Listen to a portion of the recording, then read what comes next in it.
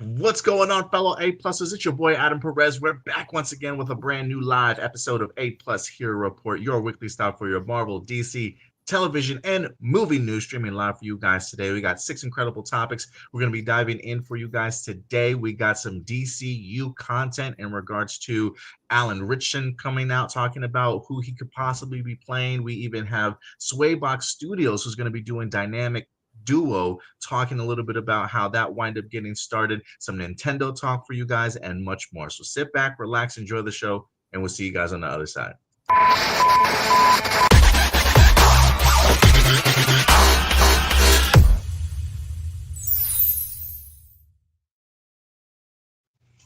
Good morning, ladies and gentlemen. Welcome to A Plus Hero Report, your live show every Sunday morning or afternoon, wherever you're certainly watching us at. We got some incredible topics for you guys today. It is your host, Adam Perez, as always, certainly coming through, and my co-host, as always, Stuart Branscombe in the house. What's going on, buddy? What's up? Not What's much. up? What's up? Not much. Just another average week for me. How about you? Pretty good, man. It was busy, man. It's been busy. My little boy just had his 4th birthday about 2 days ago. He just turned 4. So we had his grandparents over, put up some balloons and some stuff around the house, got him some presents. Friday was pretty eventful. And then yesterday, him and I hung out most of the day together. They had a festival literally like right down the block. They have this really Ooh. big open space of land down the block from us that they tend to host events in every now and then. And so they had a pretty cool festival. So we hung out there. And then yesterday we took him to like this indoor playground area at the nearby mall, which was really fun. He had a blast with that. And then took him out to get some food. So eventful week, kind of stressful leading up to everything, having to plan just birthdays or events in general is just always stressful, Yeah, that makes sense. But but a good it time, sounds like yeah. I was gonna say. I think it sounds like he had a great time too. Yeah, it was fun. I think he had a good 4th birthday. My mom was supposed to come into town. She called us early in the week, though. She wound up getting sick, so Oh, she had to cancel her flight. So she was a little bit bummed about it. But she is planning on coming back down for Christmas, so hopefully she'll feel a little bit better by then. yeah, definitely. But yeah, other than that, man, pretty good week for the most part. I was off of work on Thursday, so that's always great. I did see Frankenstein this week. Ooh, how Uh was it? I loved it. Look, I was thinking in my head, like, is this one of my favorite movies of the year? It might be one of my favorite movies of the year. I don't know if it's like the favorite movie of the year, but it feels like it's in my top 3. Like, I'm just thinking of like weaknesses about the movie, what I enjoyed, and the pros definitely outweigh the cons. I had the opportunity to see it in theaters, which they had like limited screenings for it. But I was really thrilled to have seen it on the big screen. I think that made my enjoyment just that much more for the film itself. But it is currently now on Netflix. If you guys haven't had the opportunity to see it, I probably will be doing a review after we get done with today's show. And post that up on the channel for you guys. But I was a big fan. I take it you haven't had the chance to see it yet, Stu. Not yet. I'm waiting for a chance for both my fiance and I to watch it together. It looks like it's still going to be playing at our theater for like the next week. So I'm also going to try Oh, to so see you it do on the have big it at screen. Alamo? We do indeed. Yes, very cool. Yeah, I was trying to find it on like as big of a screen as I could, because it is limited. It's not like it's a IMAX screen or anything like that. But they did have it at like this Look Dine-In Cinemas. It kind of reminds me of not Alamo Draft House, but I mean, I guess kind of, but like a smaller venue, if you will. But they had like a standard screen and then a little bit of a bigger screen. So I saw it on there.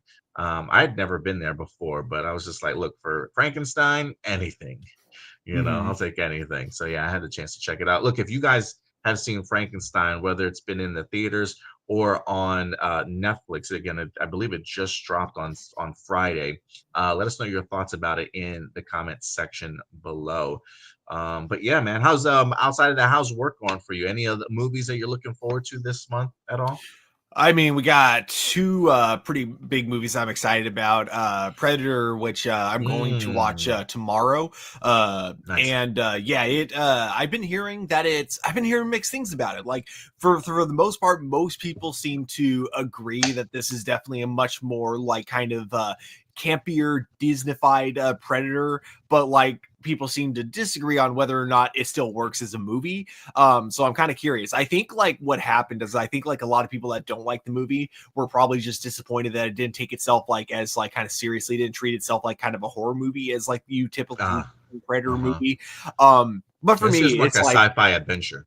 exactly. For me, it's like I'm going into this movie knowing that I wasn't expecting Yeah. like kind of the slower pace that you get in most other Predator movies. I wasn't expecting like a slow buildup. It seems like it's just going to be a sci-fi adventure in the Predator's point of view. So it makes sense that they would there would be a lot more spectacle than like than you would typically get. But from what I've seen from the scenes that I've walked in on from working that movie, it looks pretty fun. I'm definitely excited for it. And I also, I'm like 100% sure that they're building up towards a Alien versus Predator movie. Because like I thought the Wayland robot was going to be like kind of her being a part of Wayland was only going to be a small part of the story. No, it seems like that's actually a big part of it. Like it actually is important to the plot. So I am curious when we're gonna get that in the future. I feel like it's coming. And Disney, if you are watching this podcast, which is very, very, very unlikely, please do not set it in present time. Please set it in the future if you're going to do Alien versus Predator. All right, you've done it. We've done it twice now in present time. The first time it was fun. I like the first Alien versus Predator movie. I wouldn't call it a good movie, but it's entertaining. And the second time, it was one of the worst movies ever made. So please just set it in the future. I don't know, Stuart. Give us some credit. I think sometimes we've said some things, and Disney and other studios, they've responded immediately next week. So I think they might have a mole in here. They might. Maybe Marcelino might be working for Disney, and we don't even know it. We might have some insiders. Um, Oh, that would be funny as heck. Who knows? We'll see, man. We'll see. But look, guys, as we go through today's topics, we definitely always want to know yours. These are simply our A plus opinions, but we definitely want to know yours. So feel free to go ahead and throw your thoughts in the live chat as we go through these topics. If you want to add to the discussion in any way, we certainly would love that for you guys. If you want to help us out monetarily, super chats, super images are available. We don't have any sponsors around here, so our growth really comes from you guys. So if you want to support the channel monetarily, feel free to go ahead and submit one over. If not, because trust me when I say, living paycheck to paycheck for some people, it's tight in them streets. If you want to help us out any other way, hit that like button, subscribe to the channel. It definitely does go a long way. So let's show some love to people that are joining us live here today. I'm gonna make What you a got? quick correction here, because I feel like you're talking about the person who was the head of Wayland, who appears in the first Alien versus Predator movie. That's not the same character from Alien 3. That's his like great great great grandson. They just happen to be played by the exact same actor because Oh, that's that's trippy. that's Hollywood's way of like letting us know when characters are related but decades apart. They often have the same actor playing that character. We also got, let's see here, who else we got in the house? Enrique Perez coming through. Saw the official new trailer for the Lego Marvel Avengers Strange Tales special. It'll be arriving on Disney Plus November 12th this week. Hmm. Man, Lego's just knocking out a bunch of content, I feel like. It's like every franchise has one. Enrique, last Thursday, NBC aired The Wicked One Wonderful Night 2 hour special and revealed the first look at new songs and new clips from the Wicked sequel, Wicked for Good. Last year when the first Wicked movie came out, I asked my girlfriend, I was like, hey, babe, you want to see this? And she's like, no, you can go ahead and see it. I was like, okay, cool. So I went and I saw it and I loved the movie. And I think her and her sister eventually went or they watched it when it became streaming. And she's like, I can't believe I didn't see it with you in the movie. So now that I told her, I was like, babe, the sequel is coming up in November. Do you want to see this together? She's like, yes. Yes, we need to see this together. So I'm really looking forward to that. You can First, probably find a theater that's doing a double feature a double too. If like feature. if she really regrets not seeing that first movie, there's her chance. Okay, I might have to take a day off of work and check that out.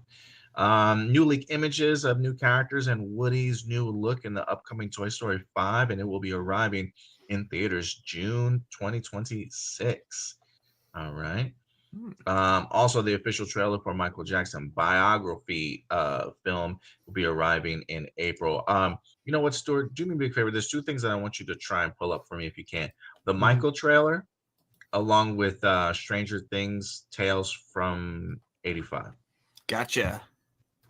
And there might be one more thing later, but when you do that, new trailer for the upcoming Disney animation Prep and Landing Snowball Prodigal, and it'll be premiering on Disney Plus. You know what?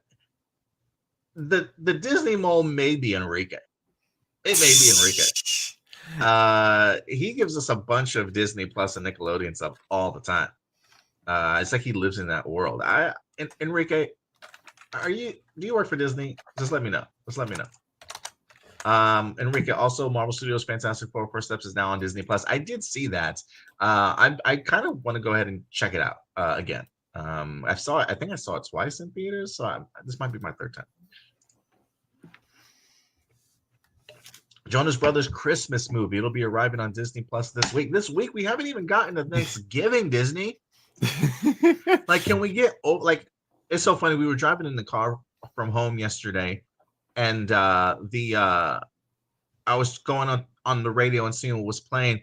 Christmas music already, man. I'm like, Mhm. it's November 9th. Like, trust me, when I used to work in retail, I knew once Christmas was over, boom, it was holiday tracks until Christmas, right after Halloween. But I'm like, man, can we wait? Can we wait, guys? Can we at least give We wait thanks? till December. Yeah, at least. The A Game senses. I hope there's mention of what happened to Ghost User in the past few days in this stream. I wasn't planning on including it, but I decided to include it. So we'll see. I don't know exactly what the hell is going on, but we'll see if that's what he's referring to. Ram Jam, how's it going? I'm just passing through, able to join your show today. Just a reminder, I submitted my live viewer questions through Gmail. Thank you for that, Ram Jam. I'll try and let me star this one so I can possibly remember this later. Marcelino V for Vendetta is returning to theaters next year. I still want to see your costume for V for Vendetta, Marcelino. I think that's you said you dressed up. And Marcelino says the original Predator 1984 movie has a 64% on Rotten Tomatoes. That's a Really? travesty. That's a That's travesty. lame. Yeah, that's At that's least that's 80. that's horrific, guys. That's horrific.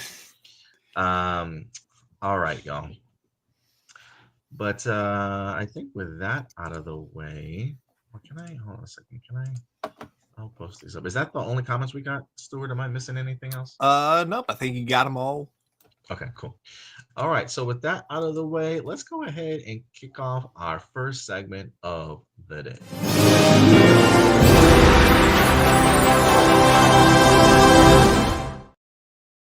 And we're going to get into our honorable mentions portion of the show. For those of you who are new to the show, honorable mentions is really just a segment of the show of topics that didn't quite make our top six, but felt that you guys certainly still deserve to know about them.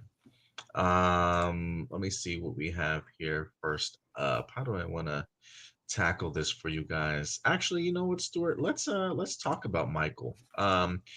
The official trailer for Michael's biopic has officially dropped. We have been anticipating to see how this was going to turn out. We had heard they had filmed like 3+ hours, maybe 4 hours for the film. And then they wind up getting hit with sort of like, I don't want to say a lawsuit, but realizing that there was material within the movie that they had filmed that they legally weren't obligated to do. This was a quote unquote oversight from the Jackson estate, which I find hard to believe. But it definitely caught them off guard in a sense. And ever since then, we have been trying to figure out, this was supposed to be a two-parter, now turned into a one-parter. But we'll talk a little bit about what the future might hold for a second film. But we finally got our first look. They also went ahead and released a Michael poster. Discover the Making of a King, going to be in theaters in IMAX April 24th. And we did get our very first trailer for it, Stuart. So if you've got the trailer loaded, let's go ahead and check out this trailer from Michael.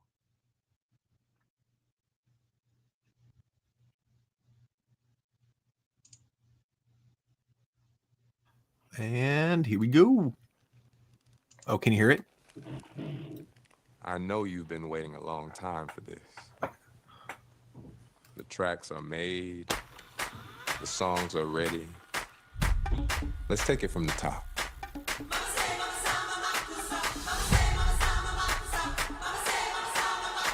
This is your story.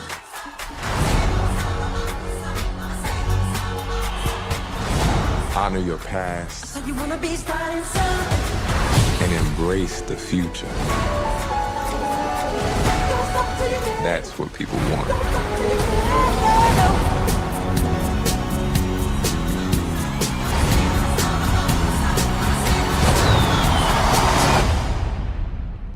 Q, can you lower the lights for me, please? Okay, but remember, in here, keep those feet still, my man. Bro.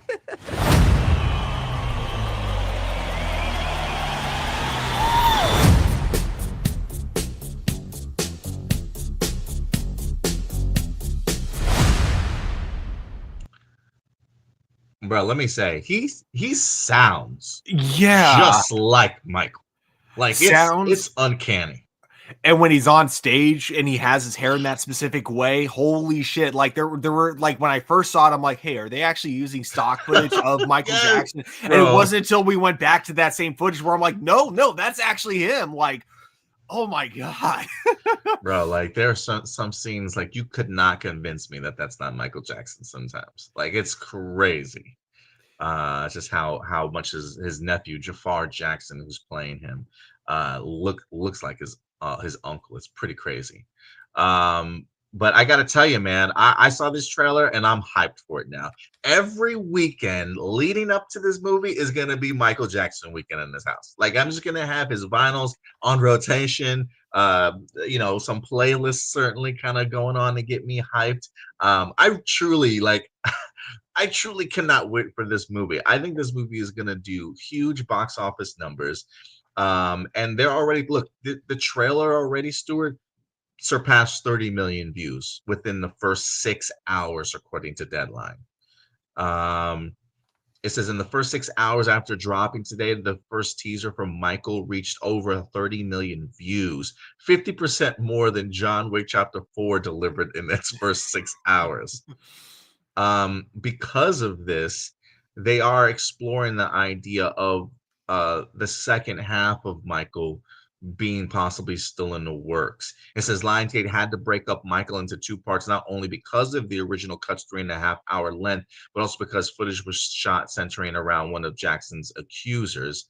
Addressing the optionality for the second half, the executives say, since the last time we worked together on the earnings call, we had a great pleasure of seeing the director's cut of the first film, and it is exceptional. While we're not ready to confirm plans for a second film, I can tell you the creative team is hard at work making sure that we're in a position to deliver more Michael soon after the release of the first film. People have been waiting for this for a long time. I think people are stunned with Jafar Jackson's performance.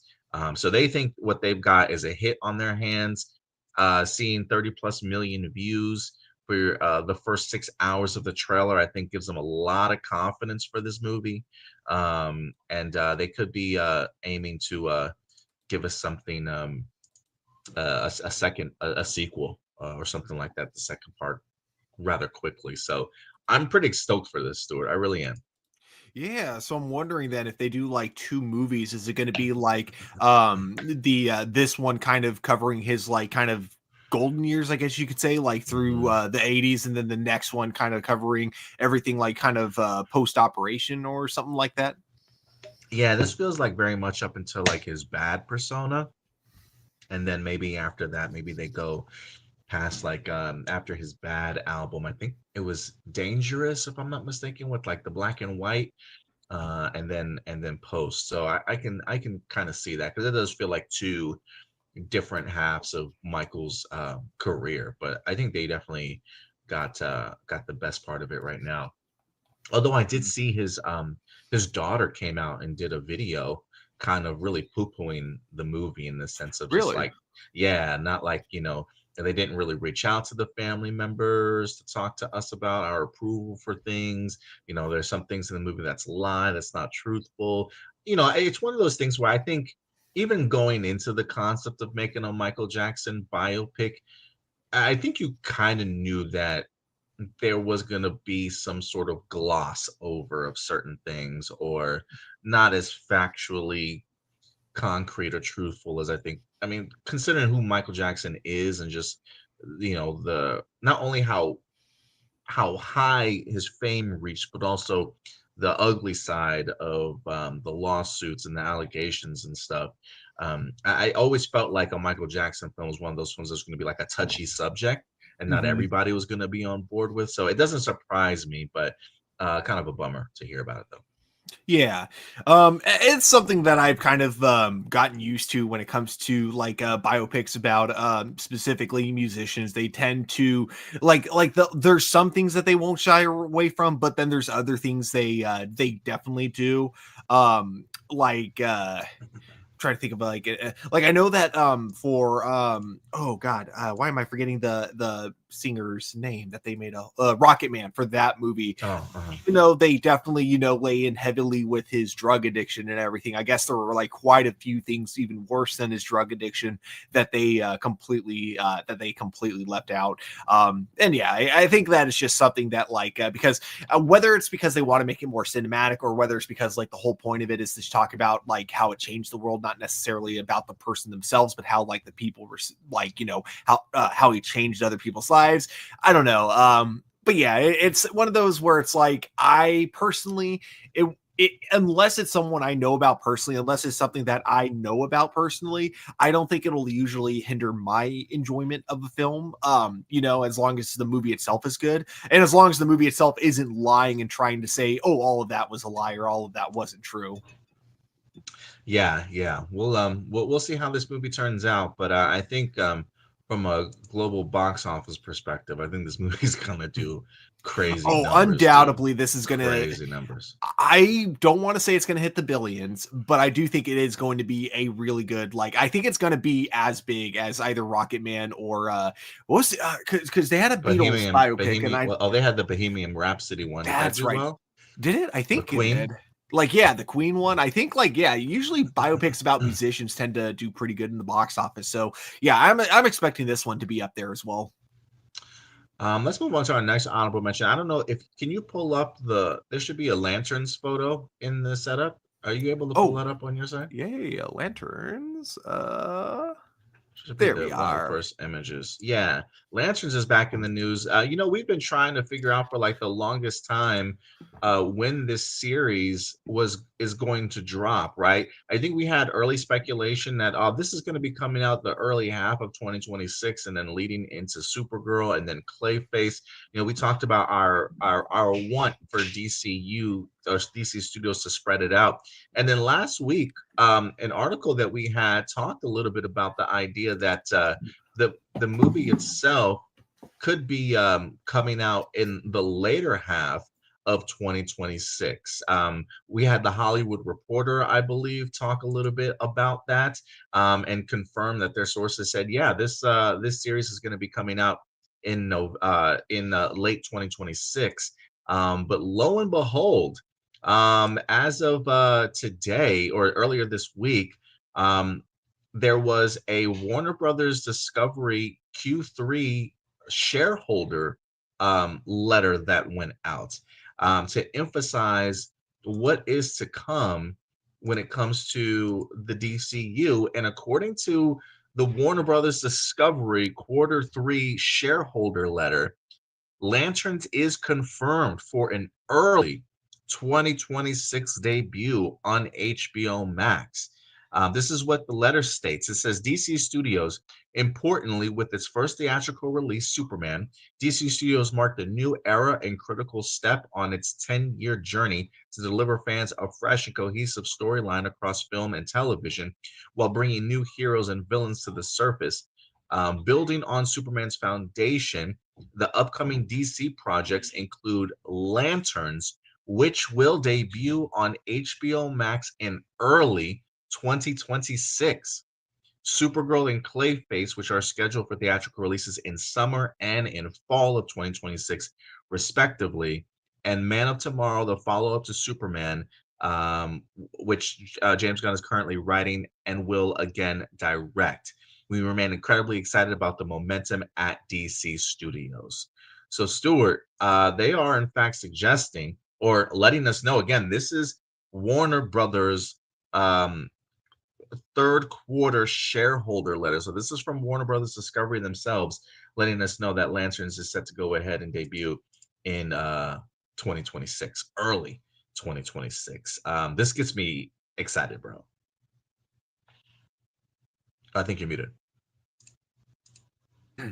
Yeah, same here. I, got a little disappointed when I found out we were going to have to wait, just because I kind of liked how it seemed like they were doing the slate for next year, where it would be very spread out if this one premiered earlier in the year. So now finding out that that is the case, that's great, because that means we got something for early 2026. We got something for the summer blockbuster with Supergirl. And then now we also got something, kind of like, I assume it'll be kind of towards the fall, which is, of course, Clayface. And one thing I look forward to about all three of these is that they all seem like they're going to be very different types of films, like going in, or in Lantern's case, TV shows going into it, because we got grounded detective series, we got space adventure, and then we got a body horror film.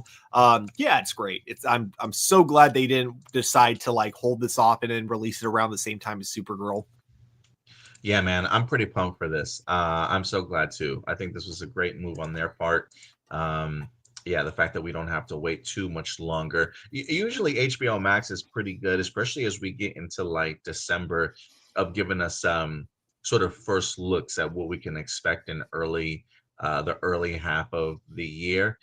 So I definitely expect this to be kind of on their slate, that they start showing off a little bit. Sometimes they'll put together like the 1 minute and a half, 2 minute sort of montage of quick clips of shows that are certainly set to debut.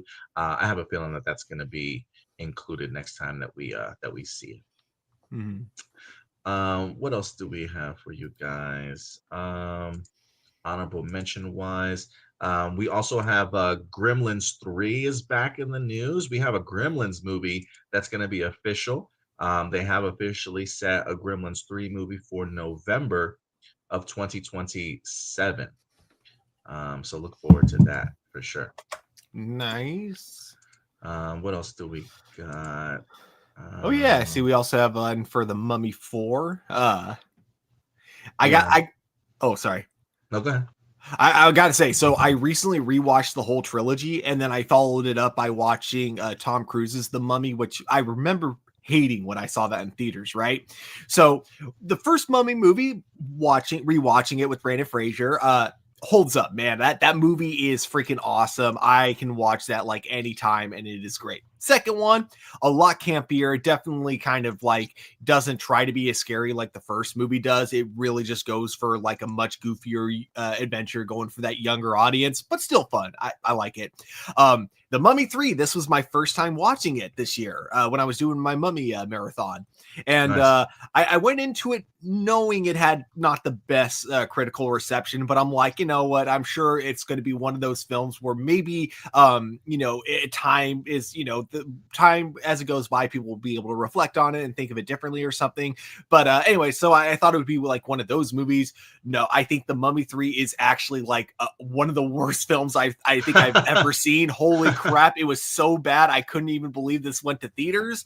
But that being said, though, with The Mummy 4, right. And then, of course, I rewatched the Tom Cruise Mummy movie, and it was so funny. Hated that movie when I saw it in theaters. Rewatching it, I'm like, what did I hate about this movie? Like, I didn't love it watching it a second time, but I didn't I'm just like, this is okay. This is just a fun movie. Like, what? I don't understand why I was so mad when I left that theater. But yeah, anyways, going to the Mummy 4 though, I am kind of excited, especially because they are actually bringing back the original actress instead of recasting her like they did in the third one, because she's like, hey, can I get like an actual paycheck this time? And they're like, we're just going to replace you then. How dare you ask us for money? So, you know, I like that both are coming back. You know, it's really all going to depend on the writing and directing, because as great as they are, they can't carry a bad script. As we saw in The Mummy 3 with Brandon Fraser, he can't carry a bad script, unfortunately, as most actors can't. And so, yeah, I'm kind of looking forward to this. I hope they, I hope they keep the fun adventure aspect of the previous Mummy trilogy, but I also hope they kind of, remember, hey, the first Mummy movie was kind of scary. Can we bring back just a little bit more of that horror aspect that we had in that first movie? I'm not saying like get rid of the comedy. Don't do that. Still make it a fun action comedy, but come on, give us a couple of jump scares here and there, Give us those Yeah, creepy bugs.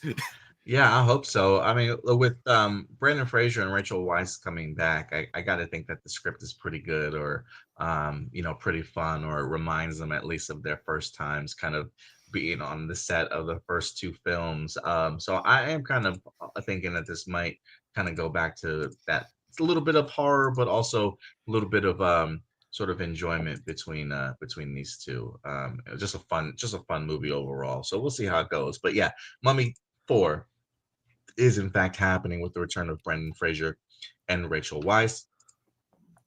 We also did get ourselves some brand new set photos as the Resident Evil movie continues to begin production.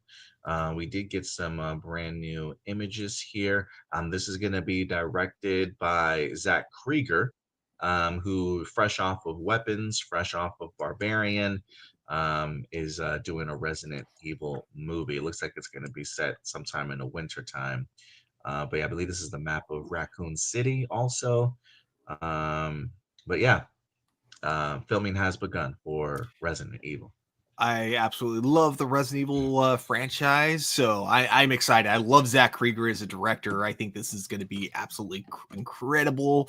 We might get our first good Resident Evil movie. Yeah, right. Yeah. I mean, hey, to be fair, I was a fan of the very first movie, but after that, I think I just kind of fell off. Me and the girlfriend did try and watch a couple of them afterwards together. I think we might have gotten to like the fourth, maybe the fourth movie. And then, I couldn't do it anymore. See, they're fun. They're kind of like the Fast Furious in movies with zombies. Like, they're fun, but I wouldn't call them good movies. Yeah, I agree. We do have two more pieces here. This one I could not find. I swear I could not find an image for, but I will go ahead and bring up this article for you fans of the Super Sentai series Goes User. There's been some rumblings going on, some disruptions, if you will, as one of the Rangers themselves, if you will, has officially gotten fired and let go from the show. It's been this story was published yesterday, actually, even though I think this story might have been brewing for quite some time. I don't know if people knew exactly why she was being let go of the show, but it's now sort of emerged. Let me go ahead and bring this up. So this is from Fandom Wire. Toei Studios kicks out Japanese actress after underage drinking incident. It says One Piece's parent company, Toei, fires 19-year-old Goes User actress Maya Imamori after an underage drinking incident. Yeah, it says in an unexpected turn of events, the Toei Company, the parent company behind One Piece, Dragon Ball, and Super Sentai, and lots of other famous series, simply terminated the contract of the 19-year-old actress Maya Imamori after her underage drinking incident was exposed. The news exploded like a bomb in the Japanese industry. So they got some details behind it. According to Oricon Japan, On November 8th, Toei published an official notice announcing that she was caught drinking alcohol, which is illegal in Japan for those under 20. They issued a notice confessing that the actress had broken the law and issued a tearful apology to fans, sponsors, and everyone involved in the show. We sincerely apologize for the great concern and inconvenience caused to viewers, sponsors, and everyone involved to the program. Taking this matter very seriously and from the standpoint of strict compliance, we have decided on the following response: termination of her appearance contract and removal from the series. Toei and Oh, sorry. it says that it isn't new to maintaining a spotless reputation. When it comes to maintaining compliance, the company does not mess around. Meanwhile, Maya's talent agency declared that her management contract had been canceled effective immediately. They also made a promise that the compliance education for the other talents would be upgraded so that the occurrence of such a scandal could be completely prevented in the future. So yeah, Maya Imamori, I believe, is the first female Black Ranger in Super Sentai as well. Yeah, first female Black Ranger in Super Sentai franchise history. So yeah, it says in the end, Toei's legacy is forged with disciplines, creativity, and heroism. Though Maya Imamori's exit is indeed sad, it's also a reminder that being a hero off screen matters just as much as being one on it. So yeah, she got fired for illegal drinking at the age of 19.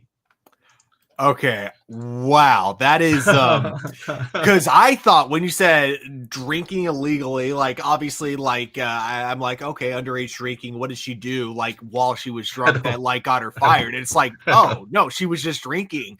Like, oh my god, do you know how many freaking American actors would have been like fired, day one from any movie that they're working on? Like, holy crap.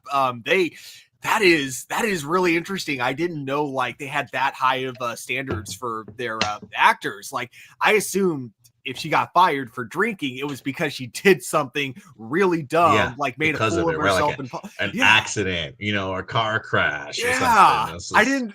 I didn't think it was just you drank so you're fired. Like wow, good. That's crazy. Yeah, people say crazy. American cancel culture is bad. I'm just saying.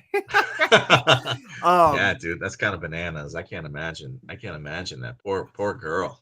Move to America. Welcome. We'll welcome you with open arms. We'll give you a whole new career.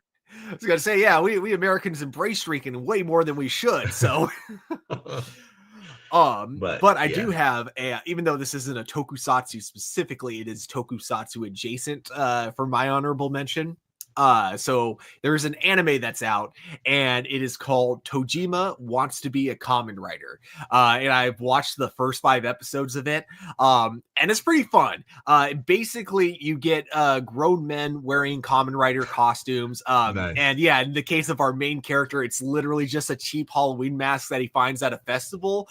I love it because he's like this huge Kamen Rider fan. He turns 40 years old and he's kind of starting to decide maybe I should kind of lay off my obsession a little bit. But then as that happens, you get these, different gangs all throughout Japan that start dressing up as Shocker. And at first he's like, it's just people in costumes, whatever. But then he sees like a bunch of them at a festival, the festival that he's at causing shit. And what I love is that he sees this as his calling to adventure. And when he puts on the mask, every time and this isn't just the first time he does it, every time he puts the mask on, he is just crying. And I love it. Like you can just see how passionate. Oh, what happened? Oh, did you delete it? I think I accidentally deleted it. I think I thought it was the stuff I was trying to load earlier and I accidentally deleted it. I'm so sorry, bro. Oh, good. Try and pull it back. If you got the image again, pull it back up again. I do. But first off, I dig the animation style. That looks pretty badass to me. But yeah, I do love the masks. Yeah, I love it. So he like literally cries every Wow. time. And I love it because even though all he's doing is putting a mask on, he just does the full henshin, like he does the full pose and everything. And so it treats it like it's a real transformation, even though all he's doing is putting on the mask. And it gets even funnier when we get more characters like later introduced. Hey, So okay. you get like on the far left, you get Tackle. And what's so funny about her is that it's kind of the same thing. She was just obsessed with the character Tackle from Kamen Rider, I think V4 or something like that, as a kid, because she got bullied by a bunch of boys. And so her dad showed her this show to be like, hey, you can still stand up for yourself, you know, just because you're a girl, that doesn't mean you can't like stand up to other guys, right? So it was a really adorable backstory. And what's so funny about her though is that like, you know, same thing. She just like puts her costume on in the middle of like the middle of everything, even though hers is like not just a mask, it's the full on costume. So she'll constantly like literally take her clothes off and then put the costume on over it. And then so it's like, but she's a same thing though. She does the full on henshin like right before doing it, being like henshin, and then she'll just start changing her clothes. It is just like a funny anime. And just as a Kamen Rider fan, I absolutely love it. I think my only two gripes with it is like the first two episodes, they make you think it's like a show about adults playing pretend versus a bunch of other adults playing pretend. But then like episode 3 happens, and then suddenly Shocker from the original Kamen Rider is real. So suddenly there's like an actual threat that these grown adults wearing costumes are actually trying to take down. Oh. So I'm like, okay, that's cool. I kind of wish they committed to the vigilante aspect of it, but okay, I'm still willing to see where they go with this. The only other gripe I kind of have, and you know, it's like, it's not that I have anything against, you know, certain kind of fan servicey moments in anime. And by fan service, I don't mean like the Kamen Rider fan service. I mean like the sexy type of fan service. But it gets a little overdone, I think, in this show. Like, it's kind of funny at first, but I think specifically with the character Tackle, they kind of go a little bit overboard with like some of the scenes and how her like boobs are drawn like way over exaggerated. Oh, yeah. Yeah, it gets a little overdone at times. So those are my only two gripes with it. But so far, it's like it's 5 episodes in. If anyone's looking for another tokusatsu adjacent thing to get into, I definitely recommend it so far. I've been Nice. enjoying it. The English cast is incredible. Who they got in it, like so many great voice actors that I recognize from different animes. But yeah, definitely recommend it. I'm wondering if we'll see some of these voice actors at conventions here soon, beginning next year. But yeah, maybe I'll check it out. I appreciate the recommendation and bringing that one up, though. That looks pretty hilarious, though. I'm not gonna lie, that's pretty funny shit. Yeah. And then one last thing here. I don't know if you got the video for this, but we did get our very first look at the animated series, Stranger Things Tales from '87 dropped this week. I believe Netflix gave like a small little featurette behind it. Do you have that still, Stuart? I do indeed. Let's pull that one up when you do. When we started talking about, was there anything else we want to do with Stranger Things, this was one of our first ideas.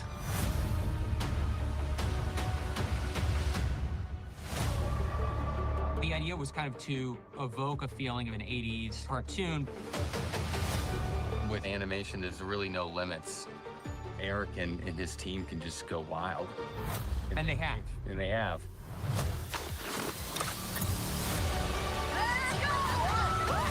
What we've been able to capture is the magic of Hawkins in a new way. So our story takes place between seasons 2 and 3, but we soon learn that nothing is quite as they thought it was. So get your flashlight, get your backpack, because it's gonna be amazing.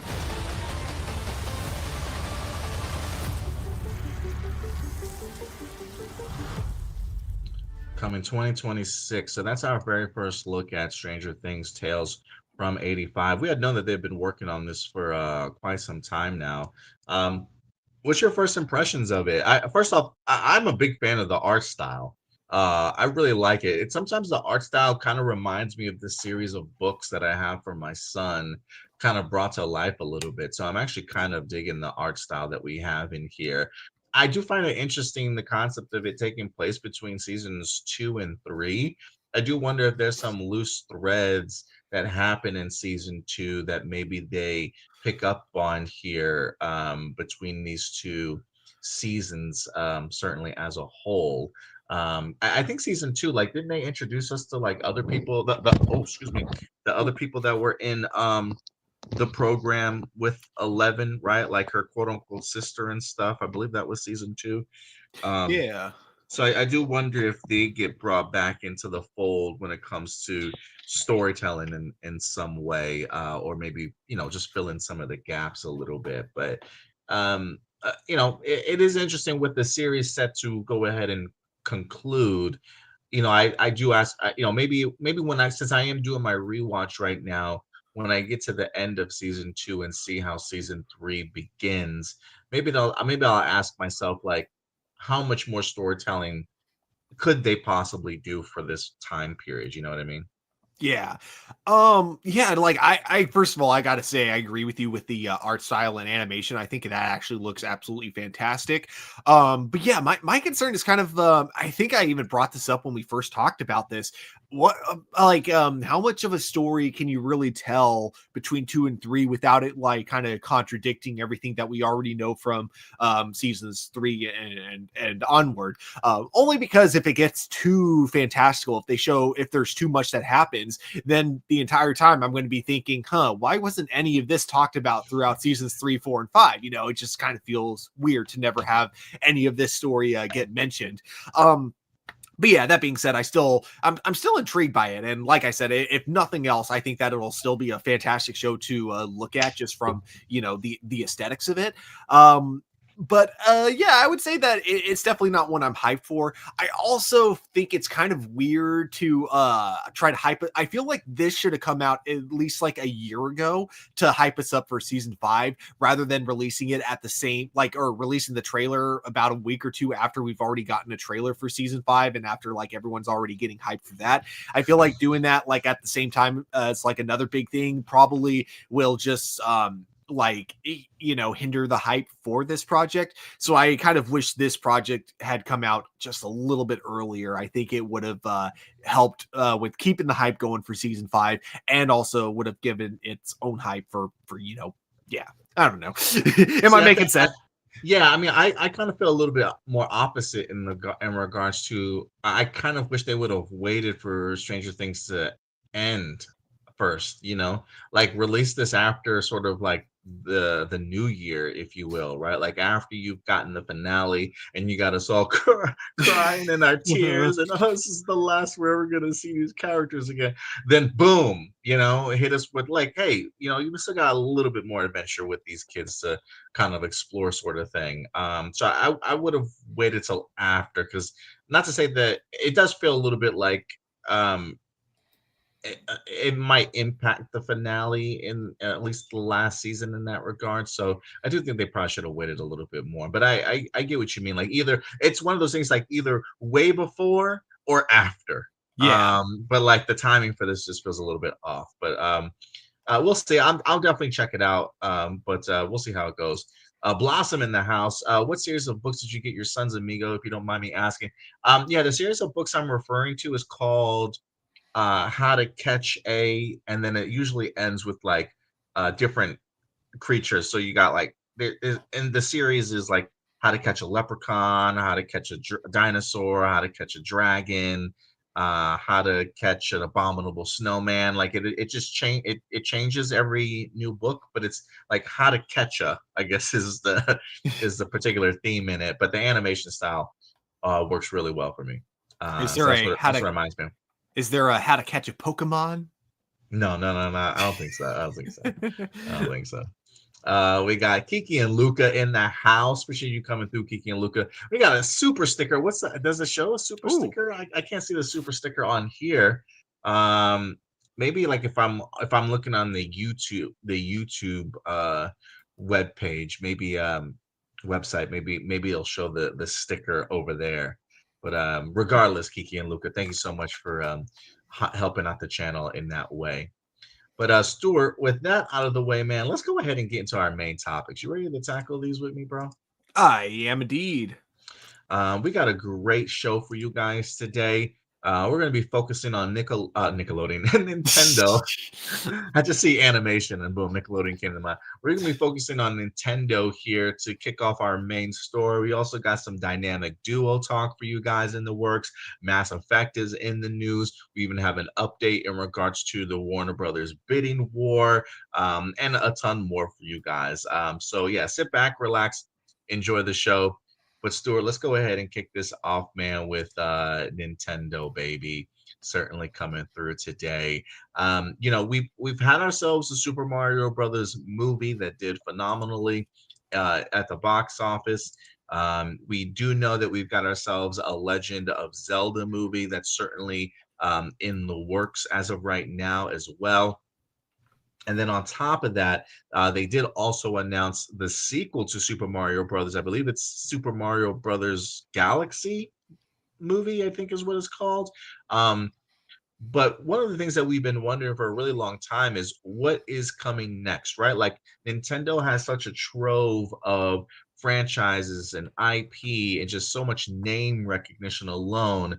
While we have appreciated Nintendo being very careful with their IP and what they put out into the world, where will they go next, or what is in fact the plan for them?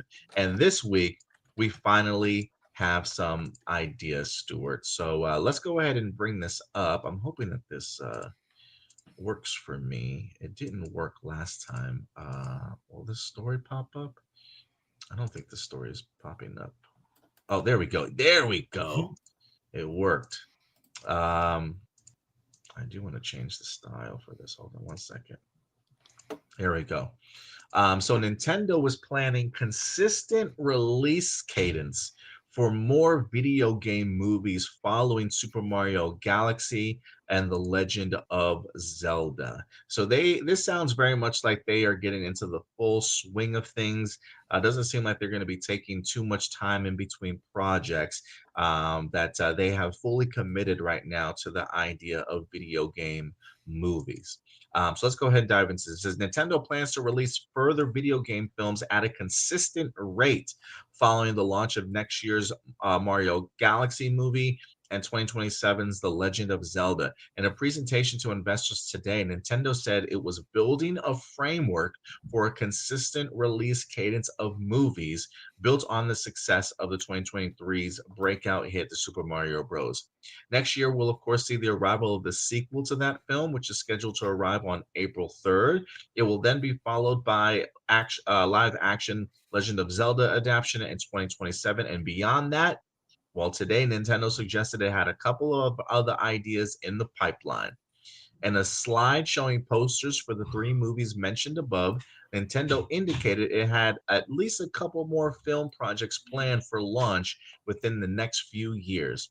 We're continuing to prepare for the ongoing release of movies in the future, Nintendo simply said of its future plans, but the suggestion of more movies already being planned has set fans' tongues wagging.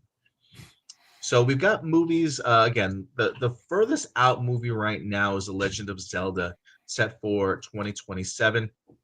If you were to ask me, Stuart, I would assume that they probably have an idea of, while they're not announcing it yet, they probably have an idea as to where they want to go for, say, something like 2028 and maybe 2029. When they say cadence, I am kind of curious if that means like we're going to be dropping a movie every year, every other year in between. But I do expect them to at least have some plans for 2028 and 2029 going forward. But how do you feel about this? Do you agree? And how do you feel about it? Yeah, I would say that that's what it kind of sounds like, is that they actually do want to start like making movies from their, more popular IPs. So I think that I think it sounds like they want to go for like every other year. I don't even know if they would have enough IPs to be doing one every single year. But I think that, if they spread it out enough, like you could definitely, get a good franchise going for so many of these different IPs that Nintendo owns.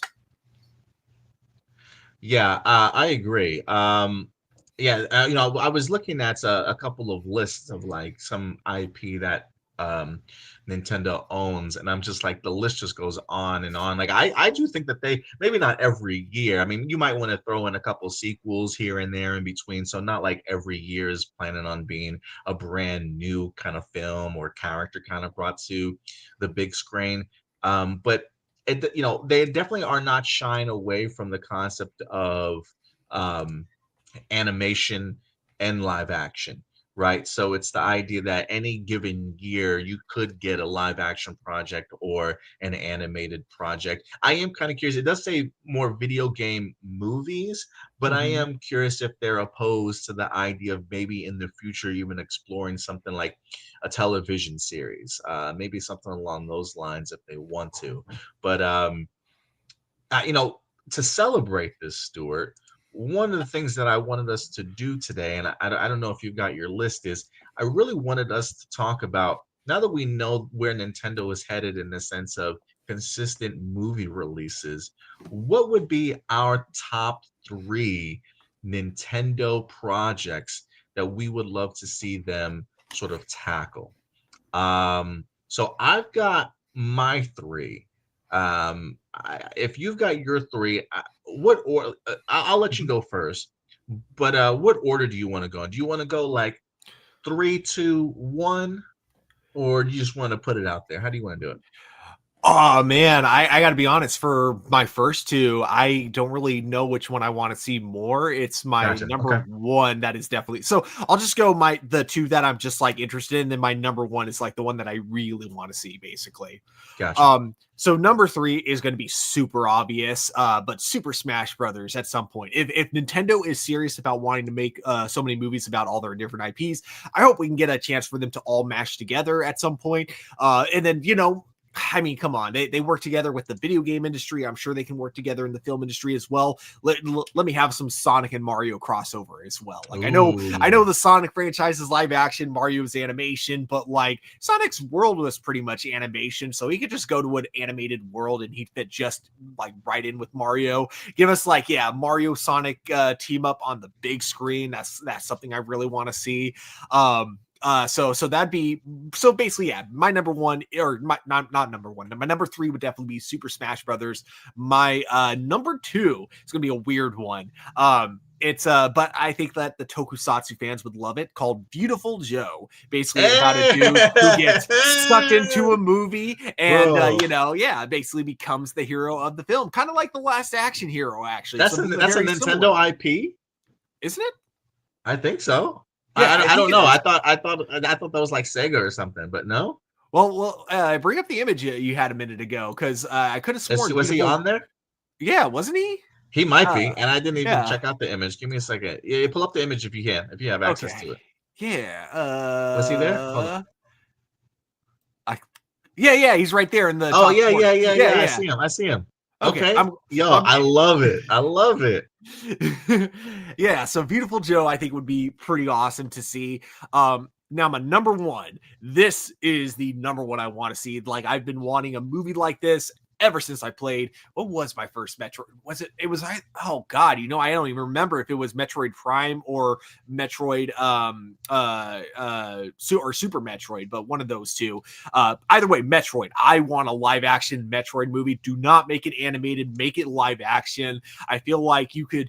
I know that like it would be hard because a lot of people would compare it to the Alien franchise because they do have a lot of similarities. But given that Metroid is a lot more fantastical in terms of like kind of the technology that they use, I feel like there's enough there's enough distance between the two of them where you could make a live action Metroid movie, and I think that as long as it's done well enough, no one would compare it to Alien. But yeah, that is my number one pick is Metroid. Give me Samus in live action, please. Dude, I mean, Metroid is definitely one. Like when I did my list, I think Metroid was definitely in my top five. But I was like, let me see what Stuart says first before I It's like before you knew that was going to be on my list. yeah, I was like, let me see what Stuart says first before I put this in my top three or not. But yeah, Metroid I think has been like, I mean, I think even like Brie Larson was at once attached to the concept of like Ooh. playing Metroid. But it is one of those things that I've been wanting to see for a really, really long time. So I'm glad that you wind up bringing that one up. For my top three movies that I would love to see from Nintendo, I'm kind of for my number three. Now that you've taken Metroid out, I'm kind of in between places here for my number three. The first one that comes to mind, if like I'll tell you what my honorable mention is after I tell you what my number three. So number three, technically, I would love to see Contra. Um, Ooh. I don't know if Contra can be like I don't know how risque they want to get, but there's something about a cool futuristic like war movie that I would actually be sort of like really down for. So I would probably put Contra as my number three. My honorable mention would be Castlevania. Um, Based off of what I've seen from just the Netflix show, I'm like, yes, I would love to see this, but I don't know if Nintendo's ready to go, bloody vampire hunting kind of movie. But if they wanted to like really risk it and like, we want to stay true to what our IPs certainly are. If they're willing to go that way, I probably would put Castlevania as my number three. But Castlevania and Contra, I think I can swap back and forth for. Mhm. My number two, and I feel like I've probably said this before, Star Fox. I need a Star Fox movie. I don't care if it's animated. I don't care if it's live action. You know what? Call up Swaybox Studios and give me like a cool CGI puppeteer like animatronic sort of claymation mix of something really dope and unique.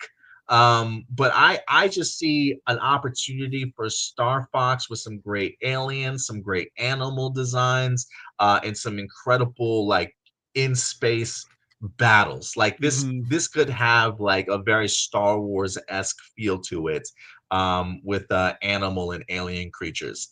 So Star Fox for me, I think has really great potential. And number one, Stuart, because I love a great underdog movie, Punch Mike Out. Tyson Punch Out. Yes. The Punch moment Out. you said underdog, I'm like, yes, Punch Out. I need a Punch Out movie in the veins of like a Southpaw or like any underdog boxing movie.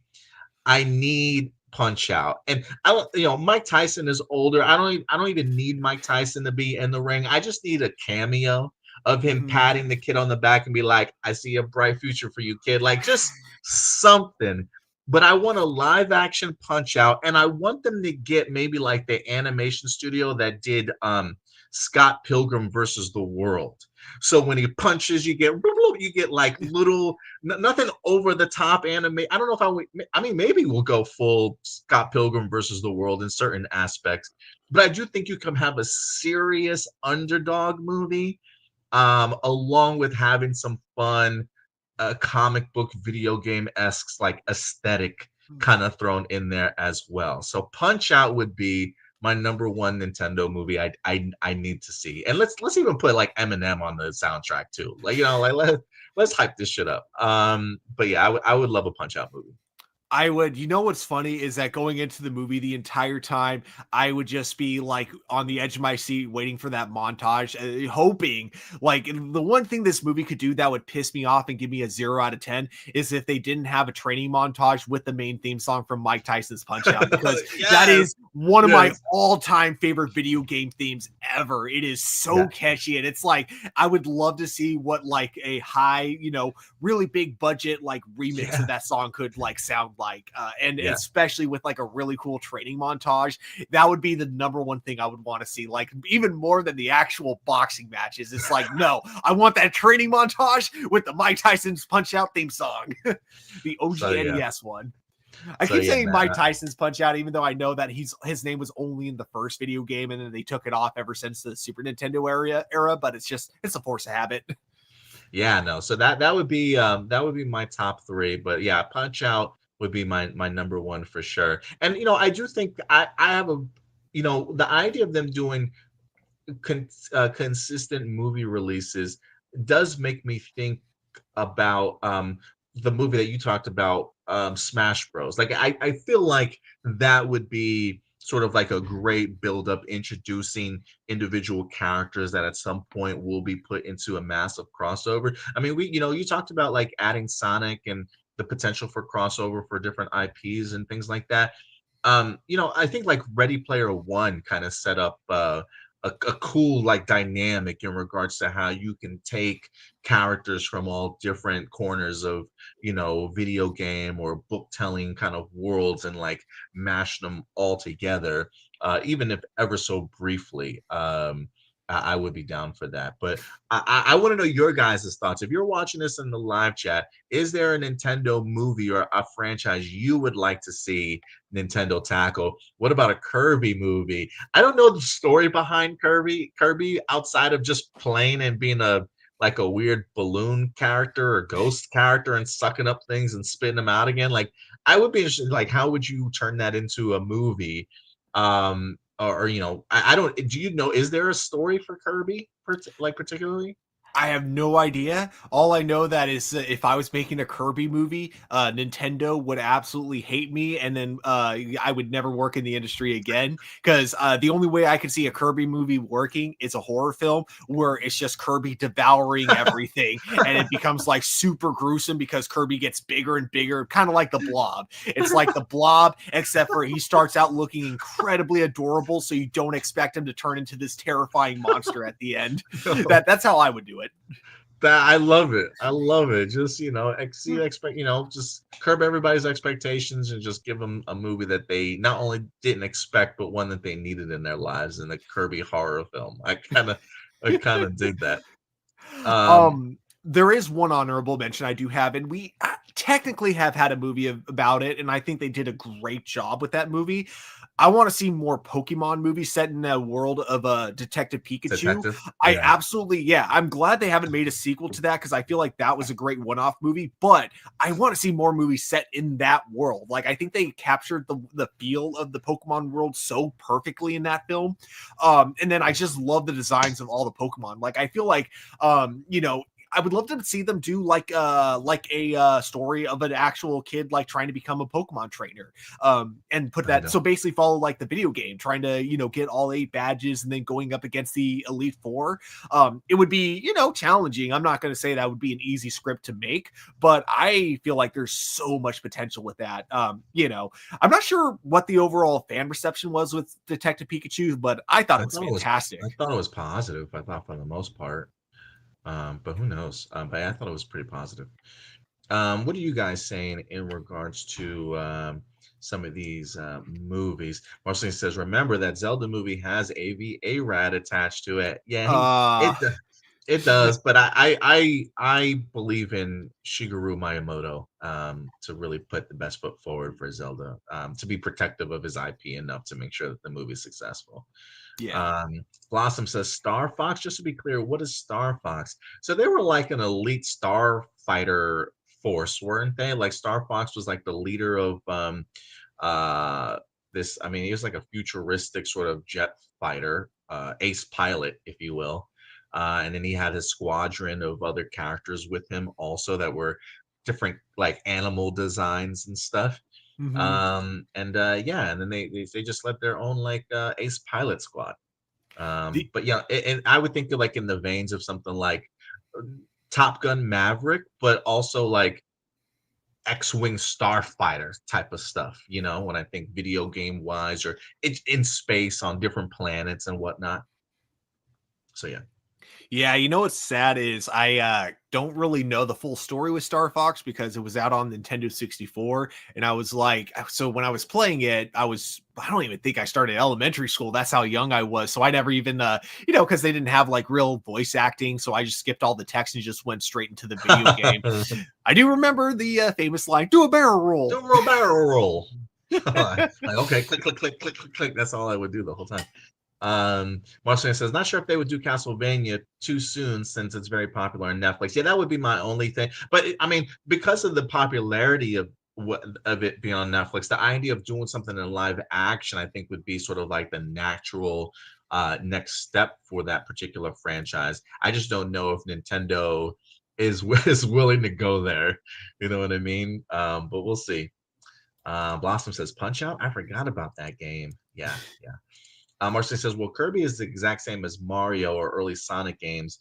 With the right writer and director, you can tell a good story with Kirby. Potentially, yeah. I mean, I'm definitely open to it.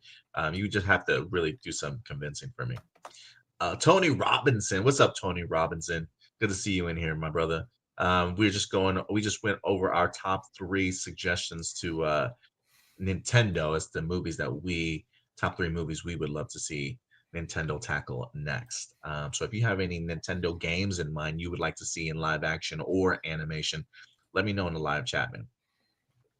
But all right, Stuart, with that out of the way, let's move on to our next topic. As we're going to go ahead and transition over to the world of the DCU. Now, this next project we talked a little bit about, and that is in fact the dynamic duo. It's still very much up in the air as to whether or not this movie is going to be taking place within the DCU or if it's going to be a DC Elseworlds project. Stuart, I don't know if you have this on our Facebook page this week. They did go ahead and highlight a sort of a new sizzle reel for Swaybox Studios.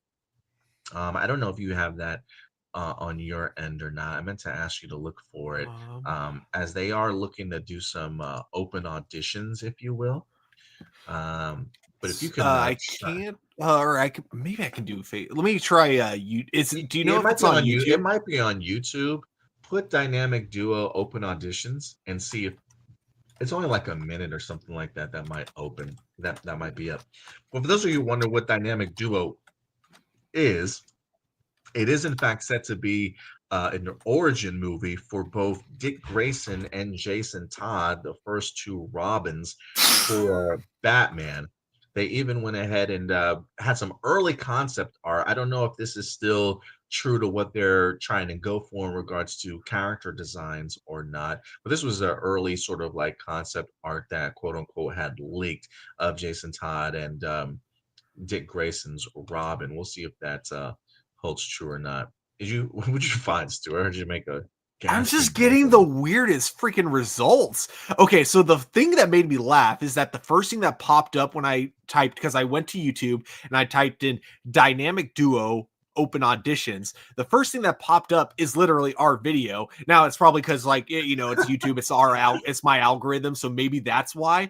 The next is a video with a thumbnail of Jason Todd and Nightwing with 0 views, saying open casting, and then the next is some music, next is just some music stuff, and then I scroll past it like 3 things down, and then it leads me to some weird AI shit. And yeah, okay. So apparently it's definitely not on YouTube. Sorry, I didn't expect any of these results. It was just so random. If you can, maybe go over to the Facebook page. I don't think it's super far down. I think it might be still within the first few.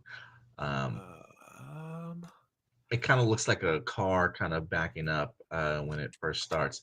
But while he looks up, tries to find that particular footage, there is an article that came out this week. Well, I don't want to say came out this week. This is actually an article that came out back in January of this year that I saw that just started getting circulated over on Twitter, because I guess new details and pieces of how this dynamic duo movie came together was hidden in this article when I think nobody was paying attention to Swaybox Studios back then.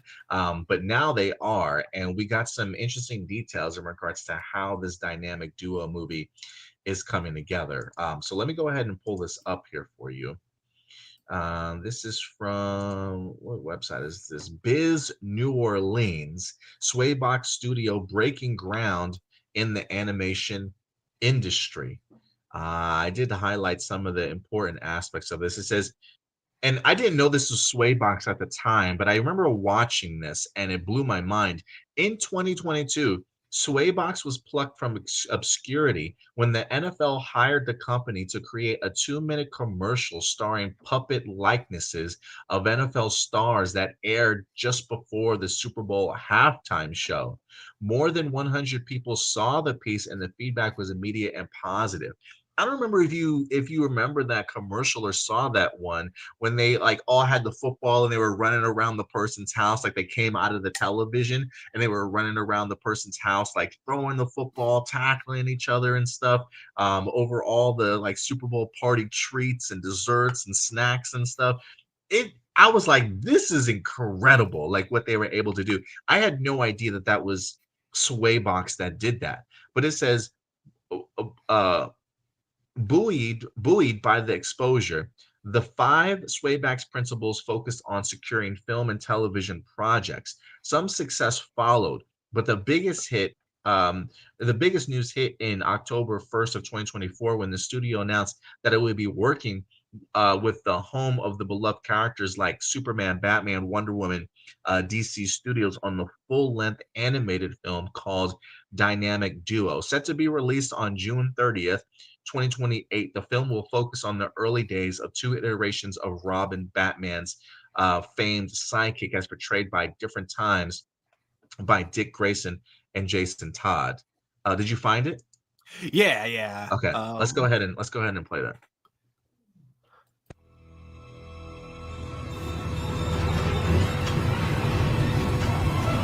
Oh, pause this for a second. So that's like an actual like puppetry like vehicle, right? That's not like computer animated. No, like this is puppetry, like everything at its finest. Go ahead and scroll back. I just want to add some context to this. So this was released this week. Some people are suggesting that the first part of this is actually a first look tease into the dynamic duo. I'm not quite sure, but then it cuts to a second half that kind of just explores what Swaybox certainly does. But it might, considering the text that pops up in this video about halfway through. So again, keep in mind this may or may not be the dynamic duo already in progress of being filmed. But go ahead, Stu.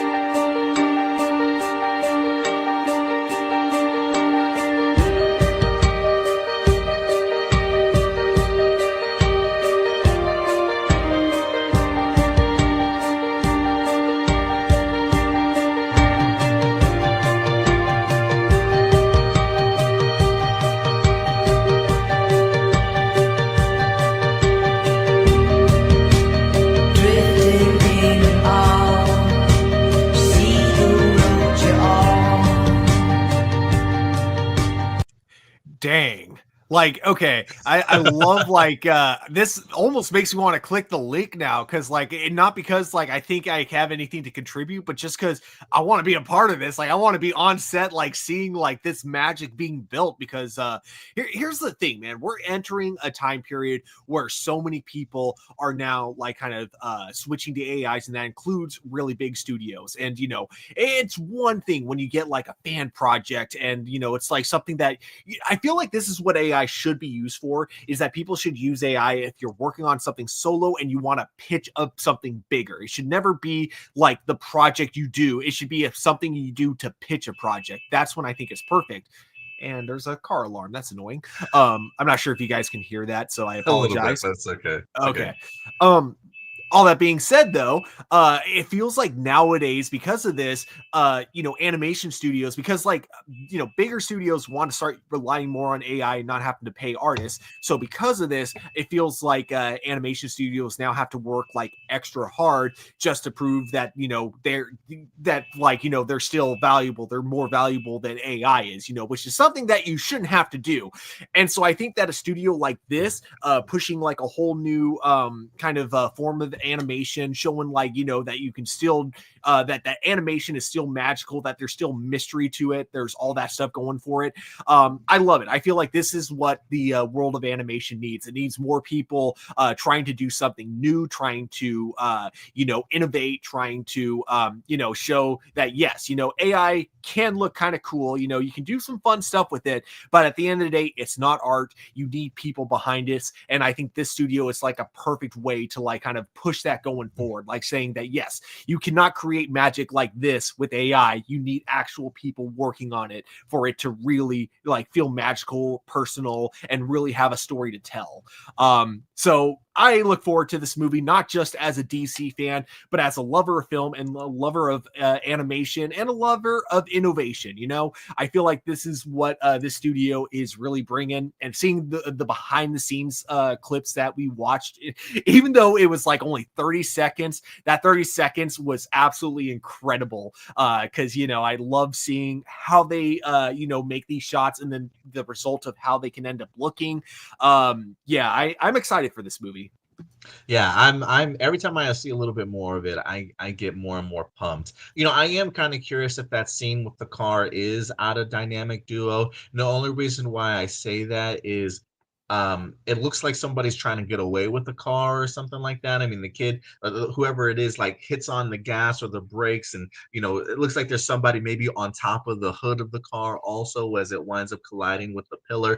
It makes me think of like Jason Todd, maybe like Jason Todd's boosting a car. Maybe that figure that's going to be on top of the car ends up being Batman at some point in time, like trying to get him to stop or whatever the case may be. And maybe this is like their very first meeting with each other, because I believe in the comics he stops him from like boosting the wheels off of the Batmobile or something like that. So it would not surprise me if that's like a Jason Todd scene that's in the movie. But I love the idea that they're having open auditions, that they're really kind of like allowing anybody to kind of get involved. So if you are one of those people that are very creative, whether you're a writer, whether you want to be a voice actor, I don't know. I mean, the thing said, like, look, if you're a comic book fan, if you're a nerd, if you like this film, if you like this, that, like, come and audition, right? Like, you never know what the possibilities might be. And I know we got some really creative people, even in our live chat, that watch us on a regular basis. I think it said November 15th or something like that. Click on the link and see if there's an opportunity to just put yourself out there and give it a shot. You never know what could certainly happen. So it's really promising stuff, and I'm really glad that they're allowing people to see the incredible work that they are doing so far. So I'm kind of excited. I do want to go back to this article here, if I can, for a minute. Did I lose it? How do I bring this back up? Oh, there it is. Okay. So this is their journey from first demo to DC. This is how it really all came together. He said, we were just a garage in Shreveport, and we could see that we were about to run out of money. So we said, let's make a little demo reel about what's possible. And that piece went viral. Somewhat to their surprise, the demo really resonated in the marketplace and drew considerable attention from major Hollywood figures, none more important and more interested than Matt Reeves, director of Planet of the Apes and the Batman films, and the owner of the Sixth and Idaho production company. Reeves became a huge supporter of Swaybox.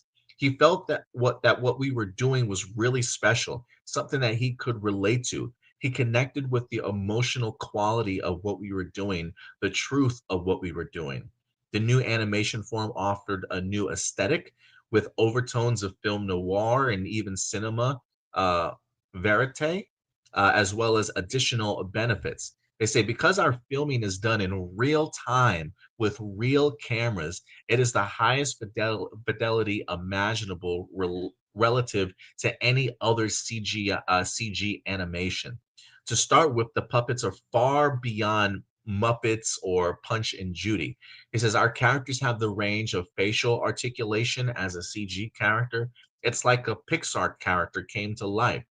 And the puppets aren't the only things that are real. Swaybox uses handmade sets, first painted in 2 dimensions and then crafted into intricate 3D detail, and in multiple scales depending on the performance and the actions required. We use real water, real wind, real fire. If the puppets are underwater, then the puppeteer is underwater with them. We work with real light. We work with real directors of photography. There's also a big practical advantage of the Swaybox approach. While a studio like Pixar may take a week to create 3 seconds of action, Swaybox averages about 60 seconds per day. We were greenlit to make a project for HBO Max, a feature film based on Catwoman as a kid.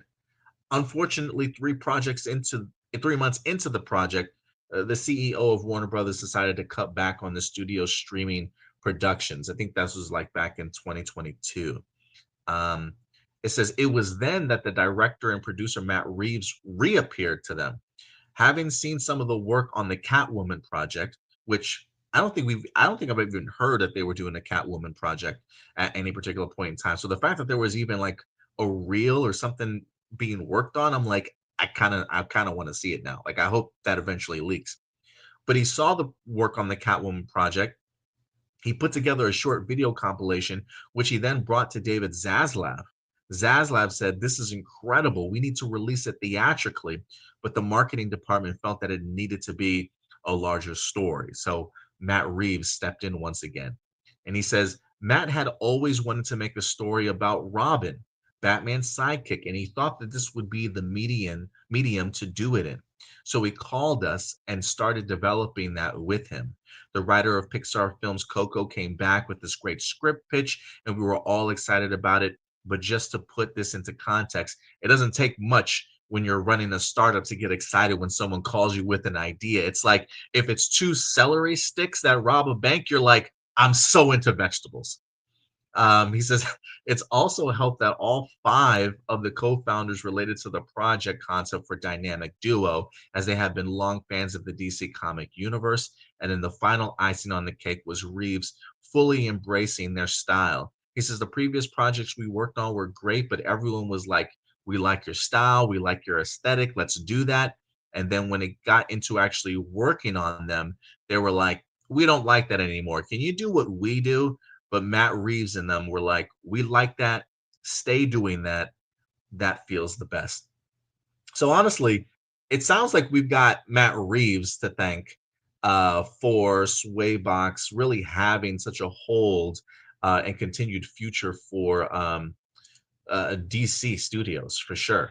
Again, whether or not this is going to be a DC Elseworlds film in the veins of what Matt Reeves is doing over on the Batman side of things, or if this is actually going to end up being part of a DCU origin story for the Robins in that universe, is certainly still up for debate. But what you said earlier, Stuart, about the idea of like the AI takeover and how a lot of these executives and stuff are really trying to push AI in order to, financially get by or be cheaper or not have to pay talent in order to do this stuff, right? Like it seems very ass backwards in the sense of when you have companies like Swaybox Studios that are doing just real artwork, right? Like real hands on the ground, getting your hands dirty. The concept of them saying like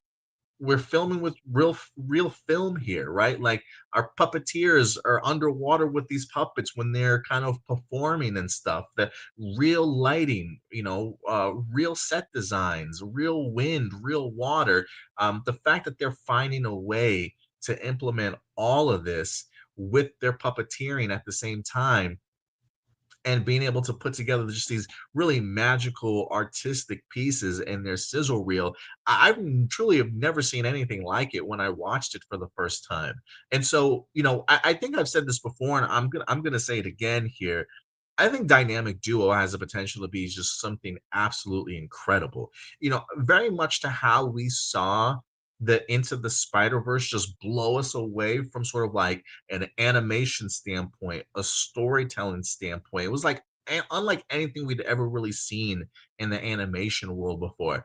I do think that Swaybox Studios is about to do the same exact thing here, but for DC Studios and the help of putting this Batman family on the big screen with Dick Grayson and Jason Todd. There's just something really special about this, and it's just kind of cool to see Matt Reeves being so involved and having an eye for the creativity behind this type of stuff and really pushing this kind of effort into the forefront where hopefully other big studios will enjoy what they see and really push this creative side of art instead of studios trying to skimp out and go the more AI kind of route. But this also continues to show me just how included Matt Reeves is in the world of DC Studios and how much sort of under the wing or part of the fold he is with James Gunn in regards to the type of new avenues that they want to explore to kind of help bolster not only DC Studios but these other production companies and things like that when it comes to the world of art. So I think this is going to be massive. I think this is going to be really fun, really knock people on their ass in regards to what they're trying to do. And I honestly, I could not be more excited after reading this for sure. Yeah, I definitely agree. It's funny because before the whole like kind of revamp of what was originally going to happen with the DC universe, I remember there were leaks of a potential Batman Beyond movie, and as cool as that would have been, looking at the art style and like kind of like the type of animation they would have gone for, it kind of just looked like they were just borrowing from Spider-Man Into the Spider-Verse, which is cool. It looks great, but it doesn't add anything new. So I like that when James Gunn kind of took over, or I guess I shouldn't give James Gunn the credit for this. I should give that one to Matt Reeves. But I mean, James Gunn is the one green lighting it, so I don't know. I guess credit to both. Mostly Matt Reeves though, because he's the one kind of like pushing for this. But like I do like that now with this, it's like, we're not just trying to make our own, or we're not just trying to copy Spider-Man, we're trying to make our own like innovation, like animated movie to push things forward, to add something new to the table instead of just copying what already worked really well the first time. Especially because like ever since Spider-Man, we've had so many movies very similar to that in terms of its art style. And I love that it's becoming a more common art style, but I don't want it to be like the de facto, like everyone relies on that now because it worked really well, for these movies. So I'm glad that in terms of DC, they're like, no, we're doing our own thing. We're doing something new. We're adding something new to the table. It's like, that's really cool. Yeah, so I'm really excited for it. It is all about innovation, and you're right, not necessarily copying somebody else's style, but saying, look, this is what we can offer the movie industry and the animation world. And the fact that they have found a company like Swaybox to kind of push that envelope is really promising. So yeah, I'm really excited. Blossom says, handmade sets, you say? So freaking awesome. Holy Richie Foley, that's so hardcore. Handmade work and puppetry is awesome. I'd love to learn that. Marcelina says, it would be cool to see if we saw a static Milestone movie in the same animation style, especially with them having powers and seeing how that plays out. Yeah, I think the static and Milestone stuff is definitely still in like that limbo of like, how can we do something with that, like just from a legal standpoint. But yeah, I mean, if you want to talk about like if the opportunity ever arose for Milestone movies or static movies, this would be a great form of animation to sort of differentiate them, from the rest of the DCU. Tony Robinson says, do you guys see Warner Brothers doing more animated films in the future with Swaybox Studios? I think if this movie is if it's popular and it's successful at the box office, then yeah, I can easily see that. I did find it interesting that the article says something about Pixar develops like 3 seconds of animation a day, whereas they do an entire minute of animation a day. Mm-hmm. I do wonder if there's a cost effectiveness behind what they do compared to what Pixar. I mean, again, Pixar is in a different avenue of business, right? I mean, they are very CGI related, whereas puppeteering and animatronics and things like that is is completely different. But the fact that they are filming like live film and they're able to kind of put this stuff together, I would think that that would be appealing to production studios as another form of animation. That again, I would have to see like what the expenses are for them to do something like a Sway Box Studio production compared to a full-on CGI movie. But if it's cost effective and it's as beautiful as we're hoping the final product would look, I can see them going back to the well with Swaybox and trying to find at least maybe not like all of their animation stuff going forward, but particular characters that they feel would look and work really well within that puppeteering world. Mm-hmm. But yeah, let us know what you guys think. Again, if you want to be a part of it, you have the opportunity to when it comes to Dynamic Duo. I think they said November 15th. They will in fact be doing open auditions for Dynamic Duo. I don't know exactly what that all entails, but come November 15th, find that link and see if it's like voice acting work, if it's artwork, set design. I mean, it seems like they're very much open to any help that they can find. So definitely check it out. Oh man, you know what would be the most fun thing to do though? I think working on that is being the one who basically has to kind of like work on the pyrotechnics and do basically the one who gets to kind of like destroy the sets for certain shots. It's also got to be the one with the most pressure, because if you screw it up and then Oh, suddenly it God. gets ruined, oh my gosh, then you have And to then rebuild rebuild that it. whole thing. Oh man, I imagine that would be expensive. Yeah, I didn't quite like how that car crash came. Can we just rebuild the car entirely again? Like, I got to think that they probably have like multiples of the same sort of like design. You know what I mean? So that they're ready to go just in case they need multiple shots of it. But yeah, let us know your thoughts, guys, in the comment section box below. And with that, Stuart, we'll stick in the world of the DCU, but we're going to go ahead and head on over to the DCU movie, live action movie side of things, as Alan Ritchson. How do you pronounce his name? Ritchson? Is it Ritchson? I always pronounce it as Ritchson. Like rich Ritchson? son, rich son. Ritchson? Okay. Yeah. Alan Ritchson's in the news. There was a while where there was a lot of fan casting for him potentially as Batman. I think he even teased the idea that he's had some talks with James Gunn in the past, but that the Batman certainly wasn't in his wheelhouse at the time. But Alan is coming out this week and talking a little bit more about his talks with James Gunn, in the sense that it seems as though he will be in the DCU at some point in time. It just feels very much as to who he will be playing. We got a new article here from Screen Rant that says Alan Ritchson confirms he's in talks with DCU for Messier role. Okay. Doesn't seem like he wants to play the straightforward protagonist. He says, in an interview with Screen Rant, Liam Crowley, for his upcoming movie Playdate, Ritchson was asked if there may be a chance for him to join the DCU franchise, and if there is, if his ambition would be to land another hero role, or if he would want to explore a villain. Alan says, yes, that's the conversation that I've been having with them, is like, I want to play somebody a little messier. And I told them, I said, if I'm going to do this, I described to them the kind of personality that I want to play and what that would mean to their world. And I think it's something everybody wants to see right now over there. So yes, I want to play somebody a little dirtier than your typical clean-cut protagonist. So let the fan speculation begin in regards to who Alan Ritchson can play. So he seems like he's continued to have talks with James Gunn and DCU. They seem like, according to him, in regards to their talks, they kind of like what they're hearing. Maybe a character that they want to openly explore and have some level of excitement of maybe bringing that character to the big screen. Who could Alan be playing? I feel like I've seen a couple of speculative pieces on online already when it comes to Twitter.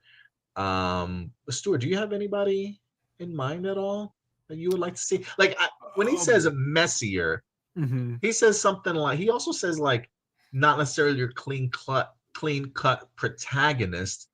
I don't necessarily know if that means a messier protagonist. It sounds like it's kind of open ended too, in the sense of he could potentially be a villain and not necessarily a protagonist, but just one with like not so clean history behind it. I think those are definitely still in the wind. But any ideas as to who he could potentially be talking about? Um, I okay. So one character, I feel like this is kind of a basic bitch answer, but I could see him doing like if he wants to do kind of a messier character. One of the messiest characters you can really do is Slade Wilson, aka Deathstroke, because he's definitely not a good guy at all.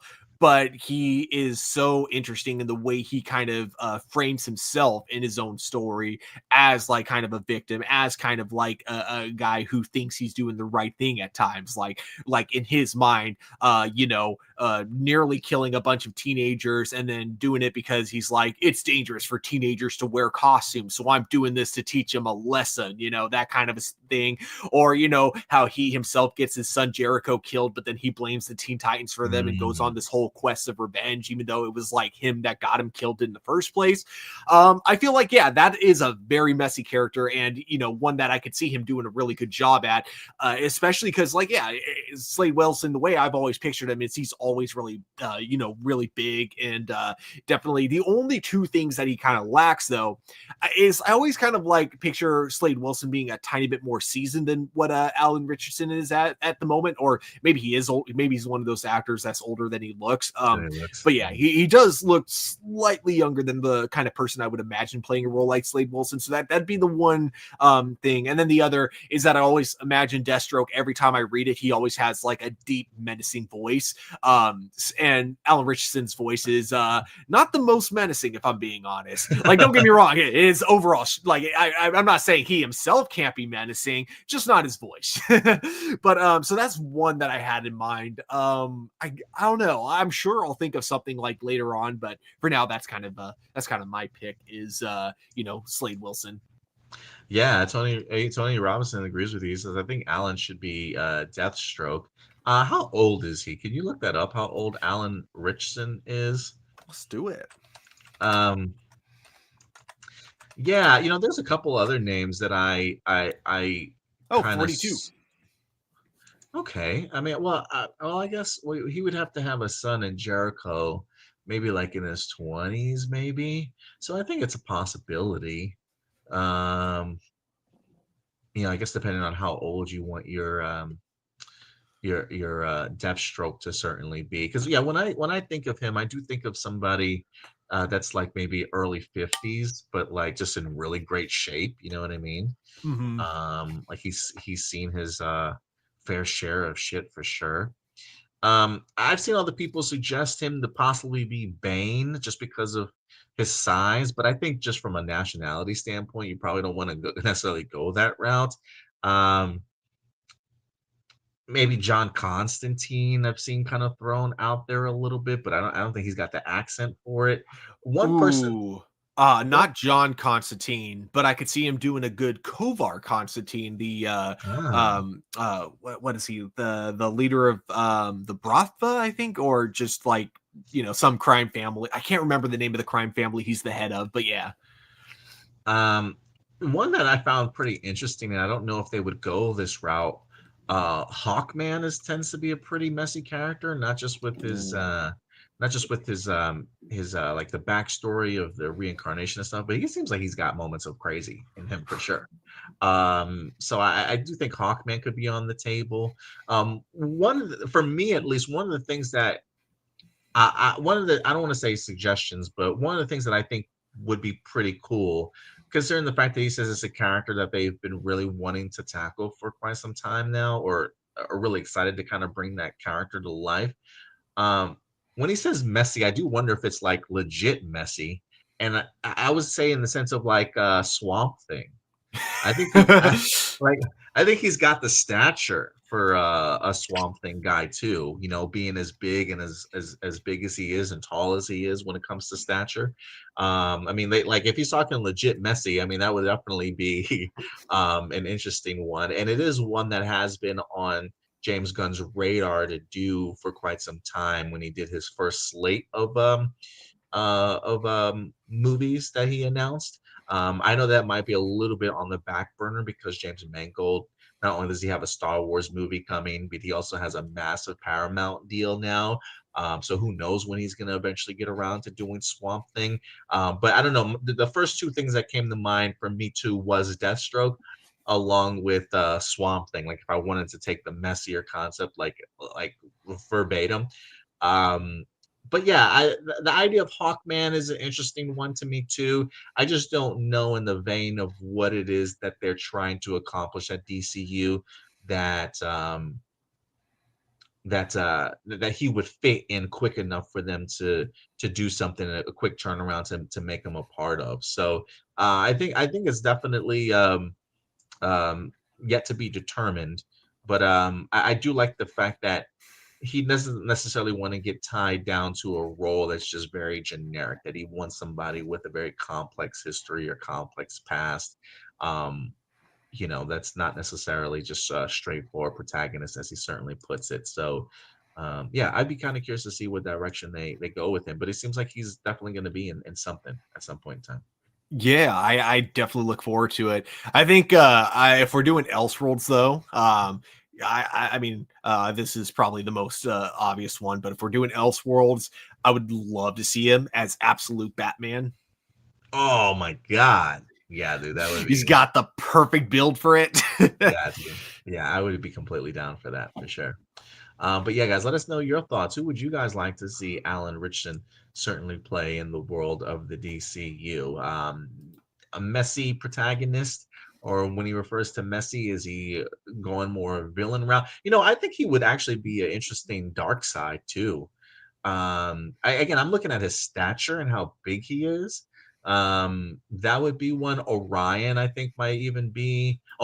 might be a good one from like New Gods. That might be a really good role that he might be able to fit in. Orion might actually be my number two now, outside of Swamp Thing and Deathstroke. Orion will probably be in my top three now that I come to think about it. And I do think Darkseid is a possibility if you kick him up with some makeup, if I'm just talking about stature alone. But people with complex, like messy passes, I think Orion actually kind of fits that category a little bit as well.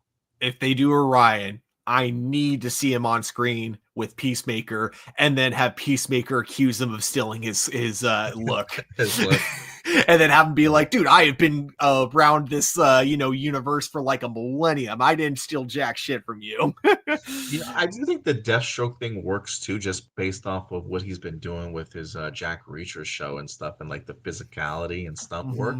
I think that kind of helps him out in that role too. Okay, so I love Reacher, but what cracks me up so hard about that show is how many people, because he's a huge dude, and yet you have so many people like smaller than him constantly like confidently going up to him thinking they can beat him in a fight. And it's just the funniest thing. It's like, and then of course it plays out exactly how you would expect. And the entire time I'm watching, I'm just like, what did you think was gonna happen? Yeah, that's absolutely hilarious. Yeah, like just knowing how it's gonna end is what makes it the more funny for sure.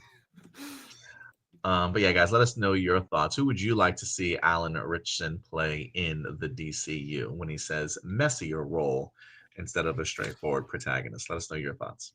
I gotta say, you won me over with Orion, and I need to see if that happens. Like I said, I need to see him and Peacemaker on screen together, and then like have someone like mix the two of them up because their costumes are so similar. So similar, yeah, yeah, and even like their stature is so similar. So I feel like if you put them on screen together in their different costumes, like you would probably have someone thinking, "Hey, is that Peacemaker from another universe?" And it's like, "No, I'm Orion. I'm completely different." All right, guys. With that out of the way, we will stick in the world at least of Warner Brothers here. As you know, one of the things we've been trying to do over the past several weeks is keep you guys as much into the loop as to what's happening with this potential merger and a bidding war. Over the past several weeks, it's been very prominent that Paramount has its eyes set on Warner Brothers, giving them several bids over the past several weeks. I think the total is now up to like 3 different bids that David Zaslav has certainly turned down.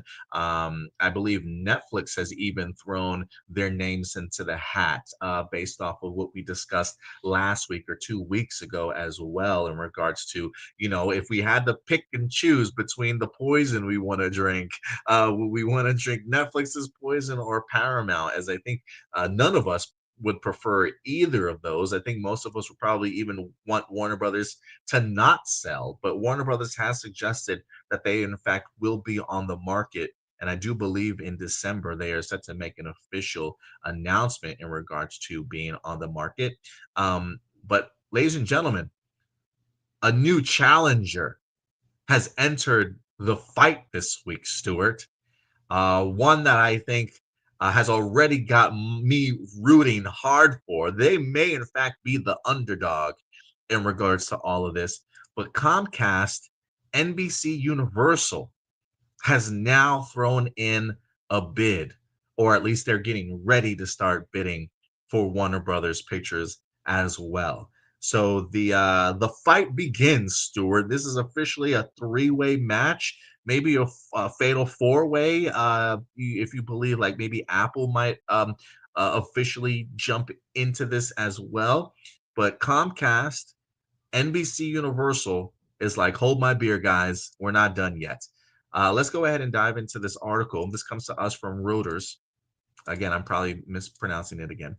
But exclusive, Comcast hires bankers to explore bid for Warner Brothers Discovery. Comcast has retained financial advisors and gained access to financial information as it explores a bid for Warner Brothers Discovery's studio and streaming businesses, according to 4 sources familiar with the matter. NBC Universal's parent company has hired Goldman Sachs and Morgan Stanley to evaluate a prospective offer, 2 of the sources said. Comcast also has been granted access to the data room, which contains the financial information it would need to make a bid, according to 2 sources familiar with the matter. Comcast president previously told investors that the company is evaluating media assets that would, quote unquote, would be complementary to our existing business. He also appeared to dismiss analysts who are skeptical of Comcast winning regulatory approval, saying more things are viable than maybe some of the public commentary that's out there. Industry observers have questioned Comcast's ability to complete a merger, given U.S. Donald Trump's social media criticisms of the company's chairman, CEO Brian Roberts. And I do think that that does have a lot of weight, unfortunately, Stuart, at the end of the day, considering that President Trump himself has sort of backed Paramount Pictures' purchase of Warner Brothers and his personal connection with the CEO David Ellison, and with I think that probably is maybe my biggest concern, is the idea that I can easily see the president sort of having a preference and having an influence as to who ultimately, like, regardless of what it is that Comcast decides to do. Let's say Warner Brothers is like, yes, let's go with Comcast's bid. Just the concept of all the legal stuff that has to go on behind the scenes to make that purchase final, I could easily see him getting involved in some way, right? Like, it doesn't seem that big of a stretch in order for him to get his way and maybe leverage Paramount into that position. But regardless, Comcast is making a bid. This is not a joke anymore. This seems very, unless come December, Warner Brothers is like, we're not gonna do it. I do fully expect somebody to purchase this company. But you hear this, Stuart. Comcast has entered the race. How you feeling, man? Is this our are we all behind this one right now? Yes. Okay. So like I mentioned before, like the number one company I do not want to purchase WB would be Paramount, and unfortunately they are the most likely to purchase it. But I do Comcast, I'm glad to hear that Comcast is interested. I would much rather see Comcast be the one to Comcast / Universal be the ones to take care of this IP. I think that what's cool about Comcast Universal is that we already see that they know how to play well with other studios, because we see how it all kind of goes down with the Hulk and how, like, they still technically own the rights to the Hulk, but they still work with Marvel Studios whenever the Hulk is like kind of in any of the Marvel projects. So I think Universal would be great, because and then on top of that, for anyone who really wants to get another solo Hulk movie that's part of the MCU, this would probably be the best opportunity, because once they have DC, I don't think they would want to keep the Hulk anymore. It's like, why would we keep this IP in now? We have an entire new universe to play with, and it's not just limited to one character. We have like every character we want to use. So I do see a bright future if this goes through.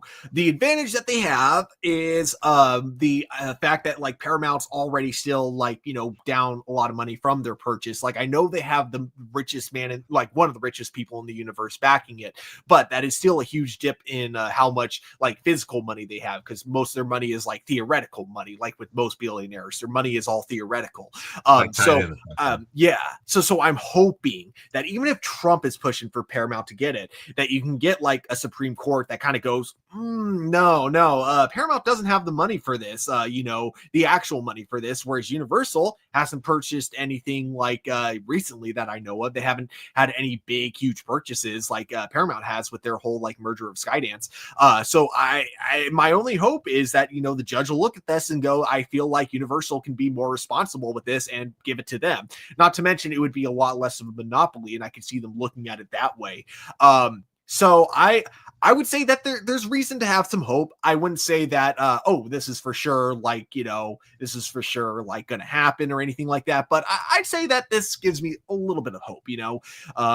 We have seen it. Sorry to get political. We have seen an increase of people of the courts, basically telling Trump no. So maybe this could be one of those situations as well. So yeah, my fingers crossed. I want to make it clear. I feel like we say this every time we talk about the merger or the Warner Brothers buyout. I don't want them to sell anything. I wish they wouldn't merge or do anything like that. But it's going to happen regardless. And even if they don't sell it, they're still going to do some major downsizes to where it's like you kind of wish they got sold anyways, because then it's going to be like the projects just disappear. So I get that right now it getting sold is the lesser of two evils. It just sucks that we have to be in this situation where we have to root for a lesser of two evils instead of just like wanting Warner Brothers to do the right thing. David Zaslav specifically to just do the right thing and like actually do his job. But unfortunately, we don't live in that world. So yeah, it's a world of lesser evils. Recently. Yeah, no, I definitely agree with you there. So we'll see, guys. We'll see. Comcast hires bankers to explore bid for Warner Brothers Discovery as they officially enter the race here. But yeah, guys, let us know your thoughts in regards to it. I was hearing like some news that Warner Brothers or that Paramount, if for some reason, because Warner Brothers already rejected 3 offers from Paramount. That Paramount's getting a little frustrated to the point of maybe even doing like a hostile takeover if Warner Brothers doesn't necessarily agree to their necessarily demands. Like, it says Paramount executives are willing to wait to see if Warner Bros. Discovery Board decides to engage in friendly sale conversations. But if Warner Brothers stalls in its decision or decides to move in a different direction, Paramount has discussed taking an offer directly to the shareholders and formalizing a hostile bid for the company, like trying to talk to the shareholders personally instead of the company to see if they can convince them otherwise. So it could get dirty. It can get kind of dirty here if things don't necessarily go Paramount's way, which is unfortunate. So we'll see, man. We'll see. It says Warner Brothers will have to persuade its shareholders that splitting the company or merging one of its units into another entity, such as Universal, NBC Universal, is more shareholder friendly than an outright sale. So yeah, it might get messy behind the scenes, but we'll keep you guys posted as to what transposes. With that out of the way, let's move on to our next topic here. We're going to get in Stewart's bag here a little bit as Mass Effect, baby, is back in the news this week. For those of you who forgot, there is a little bit of a live action show of Mass Effect that's actually supposed to be happening.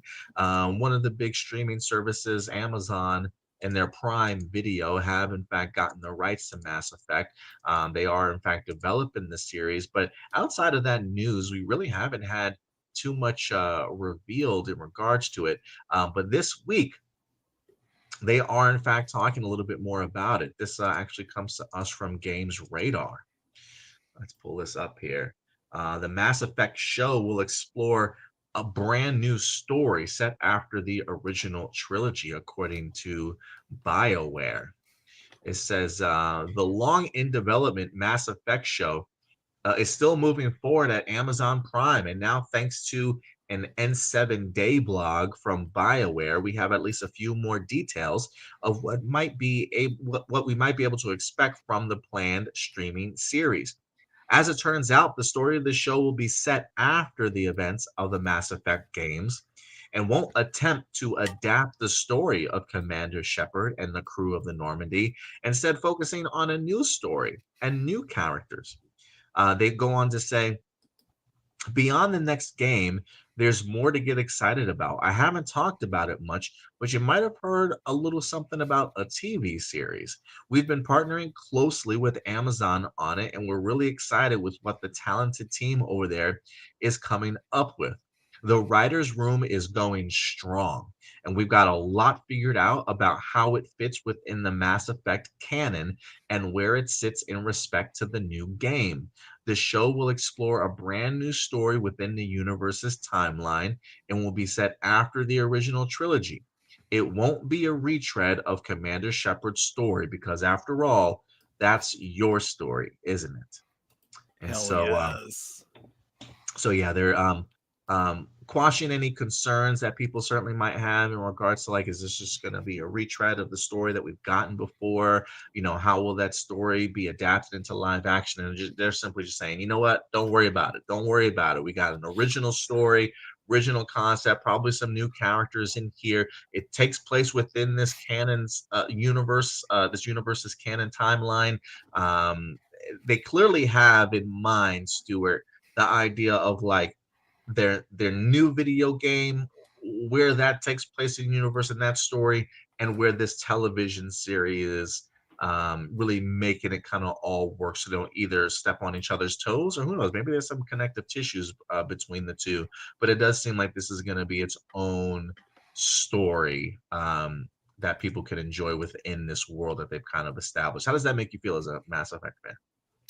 Dude, this is this is exactly what I wanted from it. Not necessarily timeline wise, but just the idea of them not touching the Shepard storyline.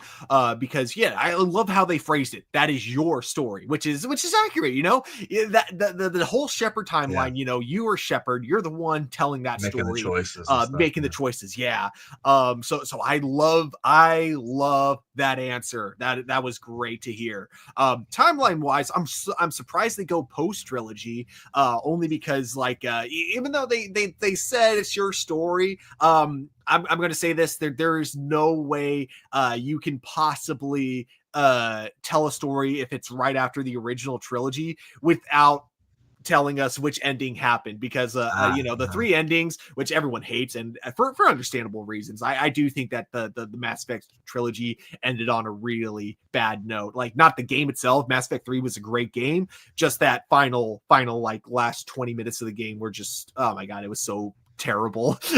But regardless, they still, each one of them have a very different impact on the universe. So I am very curious which one we're going to see going forward, which of the three endings we're going to have. Did the Reapers get, because the three endings you get is the Reapers either get destroyed or your consciousness takes control of all the Reapers, and so you kind of become the Reapers. Or 3, which is my least favorite ending, which is that every organic being in the galaxy gets synthetic enhancements, and therefore the Reapers decide they no longer have a need to destroy humanity. I've always hated that ending because it leaves way too many weird implications, and then like also just like that idea of so the Reapers decide not to destroy us, and we're just all cool with just like letting them live among us after they wiped out like a good chunk of the universe's population. Like, okay, whatever. I hate that ending so much. But yeah, regardless, all that being said, I'm very curious which ending they decide is going to be the canon ending to the show, because I'd be very shocked if they could find a way to write around that. I'd be impressed, but also very shocked if they could. But yeah, I'm looking forward to this. I love that it's not Shepard's story. I'm curious how they'll reference Shepard, and if we'll get any characters from the video games that we know and love. I would love. Oh wait, nah, he'd be dead at this time. Damn it! Because I just thought for a minute it would be so cool if we got Keith David to like actually play a live action version of Anderson. That'd be dope.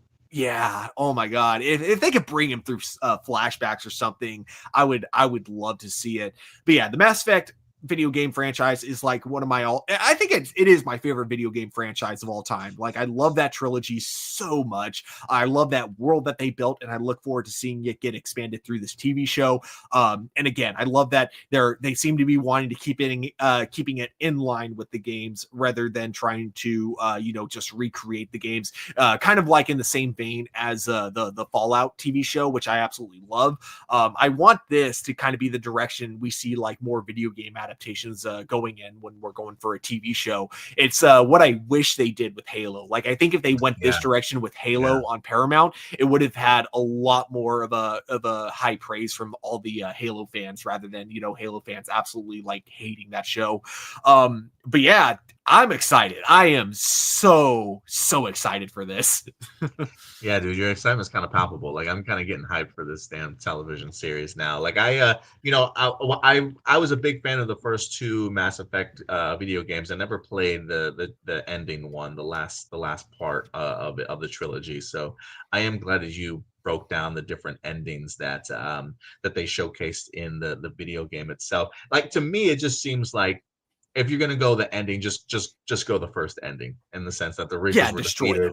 Yeah, destroy them, and then just start fresh. Maybe talk about the impact that the Reapers and those events kind of left on the universe, and what came out of it.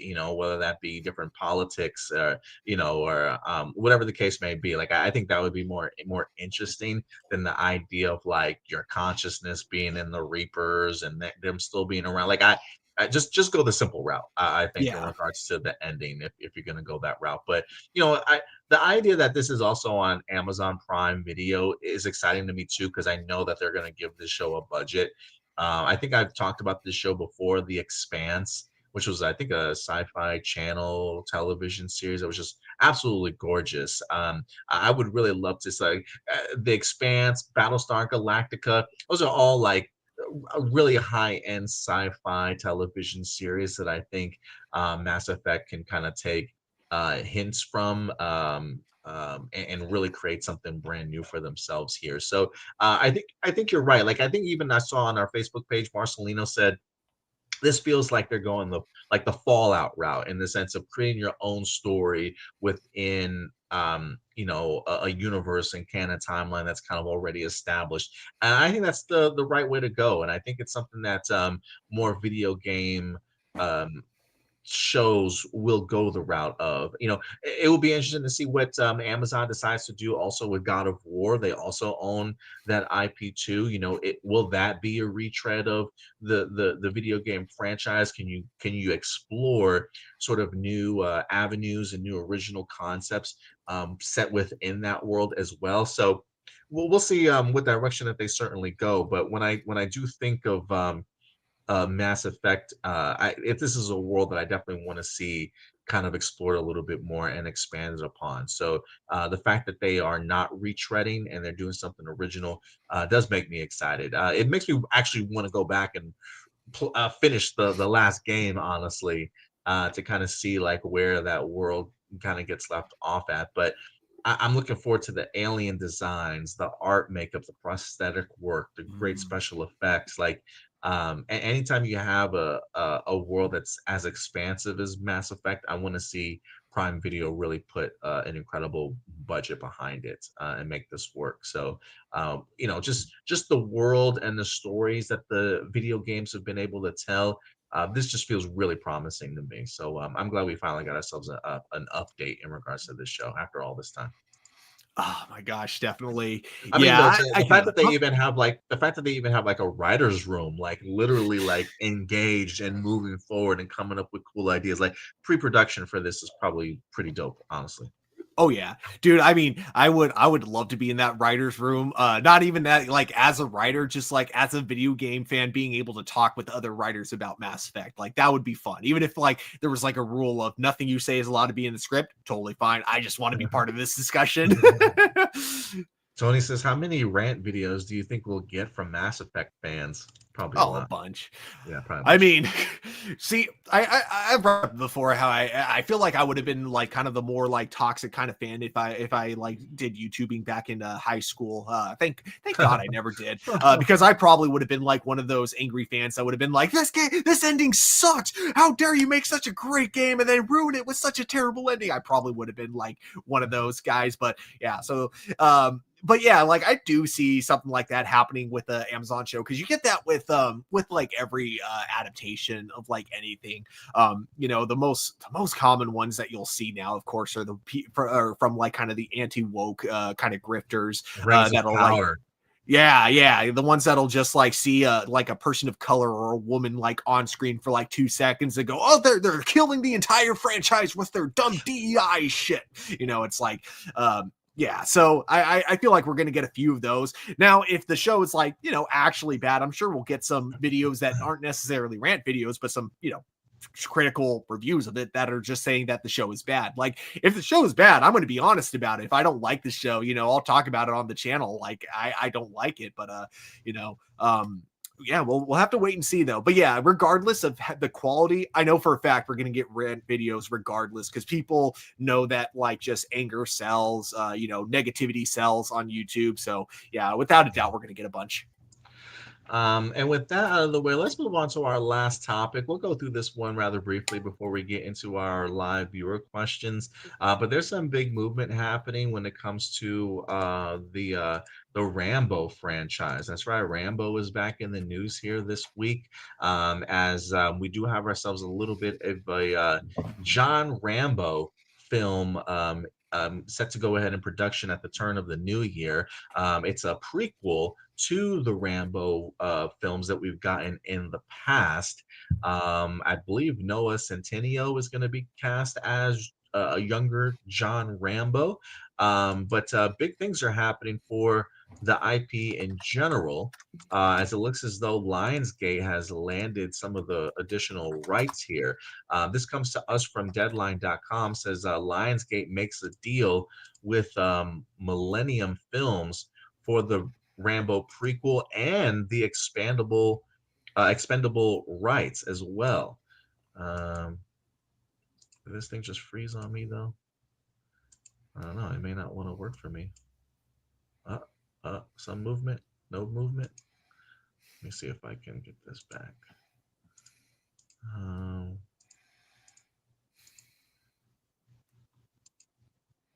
Dang it! It won't scroll for me now. Huh? That's annoying. Okay, maybe I'll come back to that one. Let's see if this page will work for me, as we do have new information from the Rambo movie itself. This comes to us from Dexerto. I've never heard of this website before, but the Rambo director reveals how his film will differ from the last two Stallone movies. They've got a new Rambo director, Jalmari Helander, spoke with them. He says, Jalmari Helander is one of the best action directors working today. His 2022 movie, Sisu, have you ever heard of that movie, Sisu? No. caused a sensation by taking a near silent protagonist and pitting him against waves and waves of Nazis with spectacularly violent and satisfying results. Apparently, the sequel is set to hit screens in November of this year, November 21st. Um, so it's no surprise that the director is now taking charge of a huge Hollywood franchise. And when we recently spoke with him, Helander hinted at what he has planned for the new John Rambo.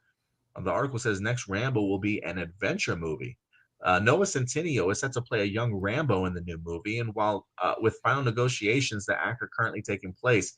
And when we spoke with him, Helander in October, um, he was headed to Bangkok for a hard prep the next week with principal photography set to commence in January. So they're probably going to get in front of the cameras here at the beginning of the new year. The new movie will be a prequel that examines John Rambo's experience during the Vietnam War before he became the killing machine we first meet in 1982's First Blood. And an official announcement stated it will explore the formative experiences that shaped one of cinema's most memorable action heroes. When asked what to expect from his iteration, he says it won't be as dark as the last two Rambos, which he's referring to 2008's Rambo, which was gory to say the least, and 2019's Rambo Last Blood. He says the kill count was huge in both movies, and while that might be the case in the forthcoming prequel, Hellmander adds that it's going to be a little more adventurous, and I hope to inspire a new generation of 10-year-olds to go into the forest to play Rambo. Let's see how that goes. Okay, I already hate this. Okay. What? Adventurous, inspire kids to play No! Did you not watch? Okay, because yeah, you're describing Rambo 2 and 3 pretty well. That's, the vibe you get, but that's not the vibe you get from Rambo First Blood. The whole point of that is that nothing he did was good. It traumatized him. It made it so, yeah, the whole movie is him, just trauma. What the fuck? It wasn't an adventure for him. Like, holy shit, are you serious? A fun adventure inspiring 10-year-olds? God damn. This feels like this feels like he's adapting like the 90s Rambo cartoon almost for kids. Like he's trying to TMNT them for younger audiences now. Dude, I thought when they said a Rambo prequel, what I had in my head was a really dark war film that would end with John Rambo himself, suddenly just kind of losing it at the end, suddenly especially because all he knows how to do at the end is kill. He knows nothing about how to live his life. And so we end with like a scene of, even though the war's over, even though he did his job, his internal war isn't over. He goes home knowing that, the real fight for himself, his real fight is just about to begin. Oh my God, what the fuck? I'm sorry, but that was the dumbest thing that you could have possibly said when pitching a Rambo movie. Oh my God. Holy shit. I'm sorry. I mean, this might explain maybe why Stallone and them aren't attached to the movie. Like maybe they saw the direction that this was going in and they were like, we really don't want any part in it. Like this is not quite like the Rambo that we established years ago. It's just it is interesting to me though, the guy is clearly fresh off of a Nazi killing spree in his movie. Right. He does talk about the body count in this movie being high, but maybe not as bloody or as gory as the other movies. So when he talks about it being an adventure film, I am curious as to well, what is that balance then, right? If you go, how do you go from killing Nazis to, hey, this movie will still have a good body count too, but I want to inspire 10-year-olds to play Rambo in the forest. A lot of that it just does not. It doesn't make any sense to me in regards to the direction that you're playing. Maybe the movie is maybe it's the concept of Rambo losing his innocence, right? Maybe he was a kid that wanted to be in war, or him and his buddies running in the forest and pretending to be the good guys and bad guys and stuff, right? Maybe there's an early montage of Rambo's early life. and then it cuts to the reality of what he experiences real time, and it just be complete opposites. It's just a really hard sell to tell me you want 10-year-olds to play Rambo. That this is Yeah. like, I don't mind the concept of it being like an adventure movie, because we just talked about Predator Badlands being like a sci-fi adventure, right? Like there being some, the scale of it being, the spectacle of it kind of being there. Um, I can see a spectacle in Rambo, but how he describes what his intention is doesn't necessarily connect well for me when you're fresh off of a Nazi killing movie. Like how is your style of filmmaking really going to contribute to a 10-year-old playing Rambo in the forest? So it does feel like we are trying to go more that 80s or 90s Rambo cartoon that we had on Saturday morning, compared to the reality of like experiencing the Vietnam War and being mentally scarred and having PTSD for the rest of your life, and like completely changing who you are. So maybe they take it on the journey, but I just think the words that he's using to convince us as to you should go see this movie, yeah, you lost me, bro. Like you Yeah. you lost me in that. So maybe we get further details that like soften the blow, but this is not what you say to hype up this movie at all. Definitely not. The big thing too is that like I'm all for fun movies about like killing Nazis, like that kind of thing. Like, yes, give me Nazi death counts like on the screen. I will watch that all day. The thing is, the Vietnam War, we weren't fighting Nazis. We were in it was a war we debatably had no business No even business being a being in. part of, kind of. Yeah. And so there's like I'm not gonna pretend to know like all the complex politics that went into it, but I'm just gonna say that like you should not treat a Vietnam War movie as black and white. You should not treat it and I know that's what the Rambo sequels did, but again, the sequels very much lost the touch with the first movie, and that's fine. It's like sequels change over time. And I think the reason that this bothers me is that this is a prequel, though, and so because like everything about the first Movie. Blood movie, that first Rambo movie, it very much treated itself like it took place in the real world, like it was a world where like veterans were not respected, and like the whether or not like what they did was wrong or right, they came home to like people spitting at them, calling them baby killer, all that stuff, and there were complex issues about it because yes, at the same time, like while I don't think that was right to do, we were also in a war that we had no business being a part of, debatably. Again, I'm not going to pretend to know about the complexities of it. So they never, in First Blood, they never treated it like, he won a war and came back a hero. They treated it as he was a soldier coming back and then being treated like garbage by everyone around him. So yeah, like I hope that this was just an interview where like the guy, the director, was just like, maybe he was just really tired, had no sleep, or maybe he was on drugs when he was being interviewed. I hope to God he did not mean what he said in this interview. That's all I'm saying, because that not only feels disrespectful to the Rambo franchise, it feels just like disrespect. Again, you're taking a very complex issue and you're trying to turn it into a fun adventure, good versus evil story, which was not what the war was. Yeah, absolutely. Okay, I'm done. I'm so No, sorry. I love the rant, bro. I love the rant. But yeah, guys, let us know your thoughts when you hear this from the Rambo director for the John Rambo prequel. Let us know your thoughts. I'm really hoping that this just turns out to be a bad soundbite, and this is not what the movie actually includes or like promotes. But we'll see. Yeah. And with that out of the way, let us move on to our next segment of the day. Oh, yeah, it's Stuart. I think you know what time it is. Oh, I do indeed. And now, everybody, it is time for live viewer questions. And we're going to move over to our live viewer questions portion of the show.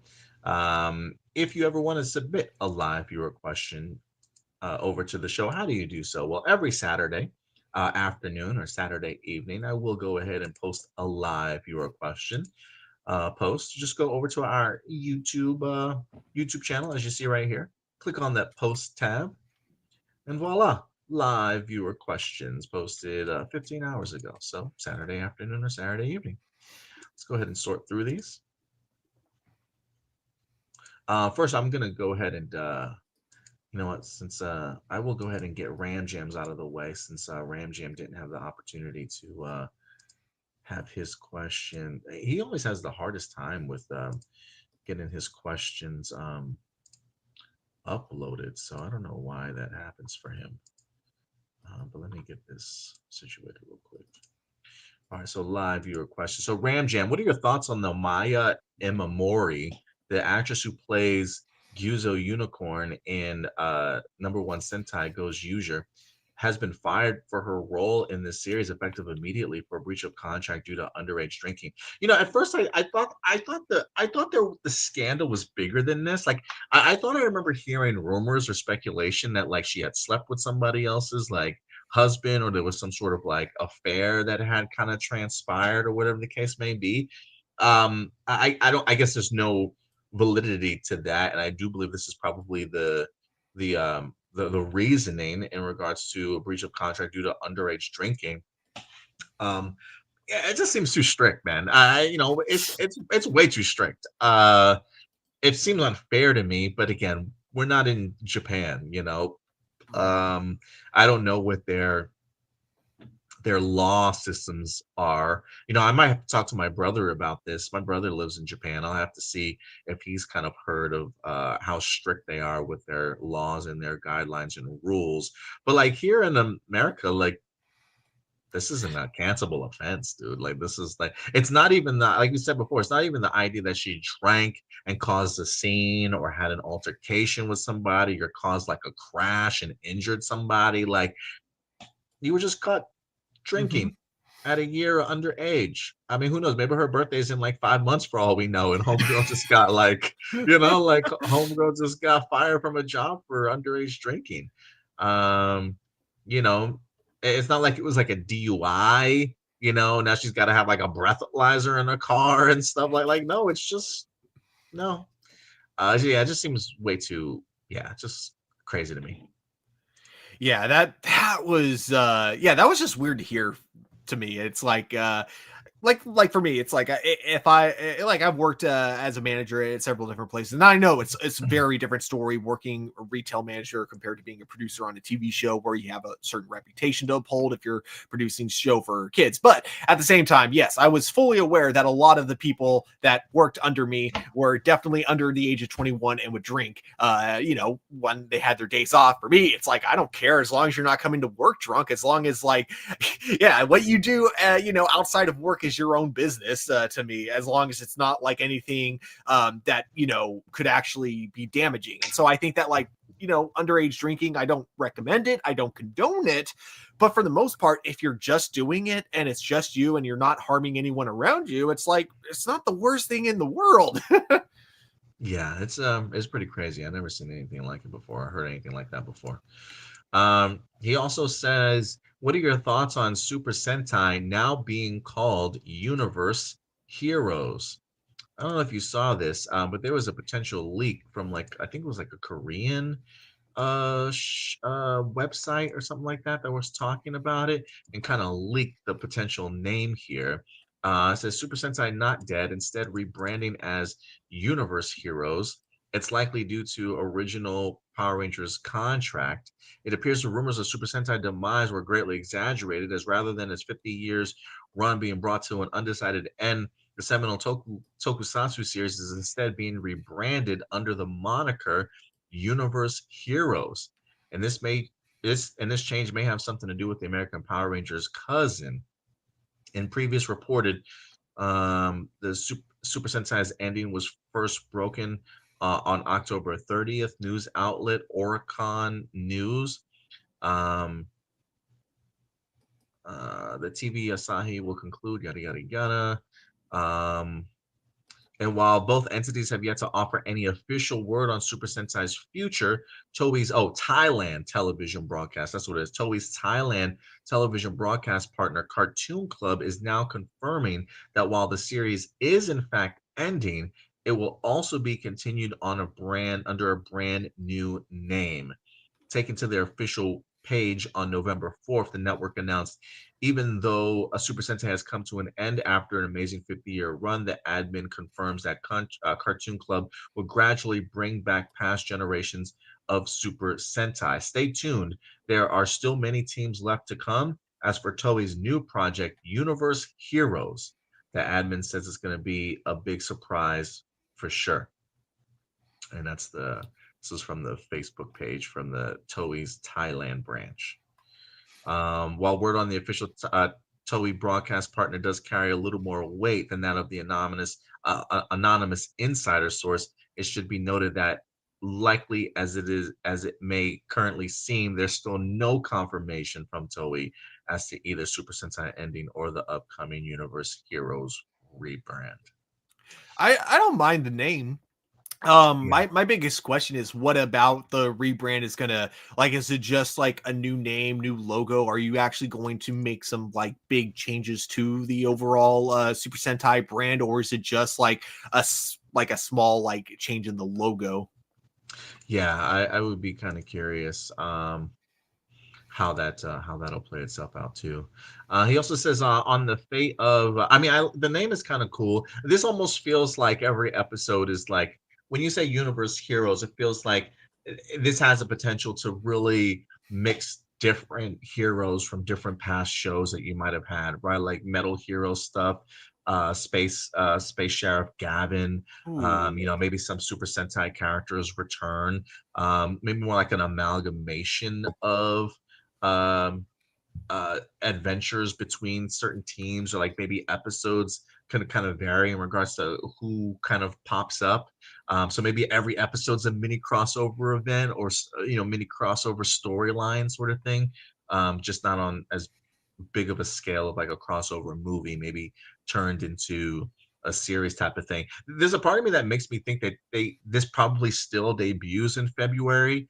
It almost feels like from some of the stuff we've talked about in the past that they have already come up with this idea and this rebrand, and they're working on it behind the scenes. So it wouldn't surprise me if come February, when Goes User ends, if Universal Heroes immediately kind of picks up that transition. But when you say Universal Heroes, it makes me think of other tokusatsu heroes that have popped up from Toei in the past. Like they're all on the board to be used at this point, and not just Super Sentai teams. Yeah. That would be actually pretty cool if, like, rather than just kind of like sticking to the formula of a new team every year, we actually were to be able to mix and mash like different Super Sentais. And then yeah, of course, not even Sentais, like not even limiting it to that, like adding the Metal Heroes in as well. Because as much as I love the Power Ranger costumes, I gotta say, man, those Metal Hero suits have always been like kind of my favorite designs. And I'm not alone, because they did help inspire RoboCop. Funny enough. Oh, that's cool. I didn't know that. I didn't realize that. He also says on the fate of the Ninja Kids Power Rangers web series, Hasbro continues to delay the Ninja Kid Power Rangers series as negotiations are ongoing regarding its release. Further context was also given that disagreements about the series predated the trailer's leak. Also, the use of AI was not and continues not to be a factor that concerns Hasbro. Of course, it doesn't. Of Of course. course not. So that's unfortunate. But yeah, he did submit 4 questions over, but I'm just gonna stick to the 3 for now. Ram Jam, if you want to resubmit your last question over for next week, please do. I want to try and keep it to 3 questions apiece.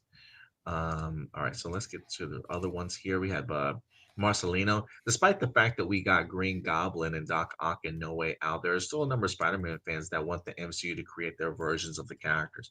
While the nature of being repetitive and not exploring the other lesser-known Spider-Man villains is a factor, people have suggested multiple avenues to help keep it familiar yet fresh. for Green Goblin, people have suggested to use the Ultimate Goblin King, where Norman is a hulking goblin monster. Another suggestion is to have Norman become Iron Patriot and maybe adapt the Dark Avengers. The Dark Avengers are where several villains disguise themselves in as heroes in an effort to gain political power. One suggestion to have become Red Goblin or even Spider-Man, which they're doing. For Doc Ock, fans suggest to adapt Superior Spider-Man storyline where Doc Ock takes over Peter's mind and body and becomes the more ruthless Spider-Man. What do you think when you hear those? Uh, Um, I'm more open to the Green Goblin concept than I am Doc Ock. I think the Green Goblin and the Red Goblin would be really cool suggestions. For me, if I had my if they were to do any of these, the concept of Green Goblin being the hulking sort of ultimate Goblin King, I would be down for that. I think like visually it would be strikingly like imposing figure. It would be a really fresh take, I think, on the Green Goblin character, not similar to how we've seen him done before. So that would be my first choice if I had to go. But I do think that there's potential there for the ultimate Goblin King for Green Goblin.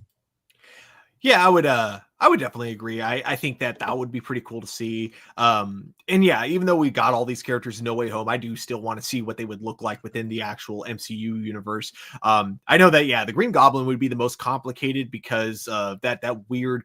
I don't know why they had to drop that line in Spider-Man No Way Home of there not being an Oscorp. I still think that they kind of shot themselves in the foot there. You know, because now it's like now you have to have Oscorp be set up from scratch. You can't have it be like just something that's always existed there. So I still think that was probably not the smartest idea in the writer's room, but I still do think that there's potential for if we do get like a Green Goblin at some point down the line. I think that'd be pretty cool, especially if they go the Goblin King route. Because the big thing is I don't want them to try to recreate what's already been done. I don't want them to try to do like get an actor that just tries to be like Willem Dafoe. I want them to do something very different with the character, and I think that would be pretty awesome to see. And plus, it would fit the MCU because the MCU does love like the big scale fights, and nowadays with like how much you can do with computer animation, I feel like you could have some really creative fight scenes with that. Yeah, and if the Hulk, I was just thinking, like, if the Hulk is in Brand New Day, I mean, who's to say that, like, we don't get introduced to a Norman Osborn that just happens to acquire some of the Hulk's blood or something like that, and tries to Ooh. create something with it, and maybe in turn, in the next film, maybe it goes horribly wrong for him and turns him into like a Goblin King of sort. I think creatively from a writing standpoint, you could probably make that work. I think that I would have been cool with the Iron Patriot and adapting the Dark Avengers, but I think we're kind of past that time now. Unfortunately, I don't know if that would necessarily work. Maybe after a reboot or something like that. Maybe you can kind of get away with it if they want to, you know, put the Avengers to the back burner for a little bit and create like a new team of Avengers after Secret Wars. Maybe you go that route, but I just feel like the Iron Patriot and Dark Avengers things a little bit gone by now. As far as the Doc Ock stuff, that's cool, but I feel like I feel like that storyline hits because it's a little bit more personal between Doc Ock and Peter Parker at that time, and I feel like that's a storyline that should have been like established a while ago and teased their relationship before that body swap. Mhm. But that's just me. The other thing too is that like if they did it, it wouldn't be as impactful since the MCU doesn't have Aunt May anymore, and that was like one of the big things was That's like true. Doc Ock being like in a relationship with Aunt May. Aunt May So too. that's Yeah. yeah, so that's like one other thing we wouldn't be able to get if we had Doc Ock, which is a little too bad. I still want to see Doc Ock. Don't get me wrong, I still want to see him in the MCU. But yeah, no, I appreciate that question though, mostly no. So I brought up the fact that I wish Buffy Revival instead went down the Superman Returns route, where rather than rebooting the series, I would rather continue the story by recasting everyone from scratch, um, and just adapt the canon comics into live action. And obviously, that's not going to happen. But what's a franchise you should uh go down the Superman route where they should recast everyone from scratch and continue the story where they last left rather than doing a full on reboot? That is a good question. Let me. I'm gonna Google real quick just because I want to like get a refresher on shows that had like kind of cliffhanger endings.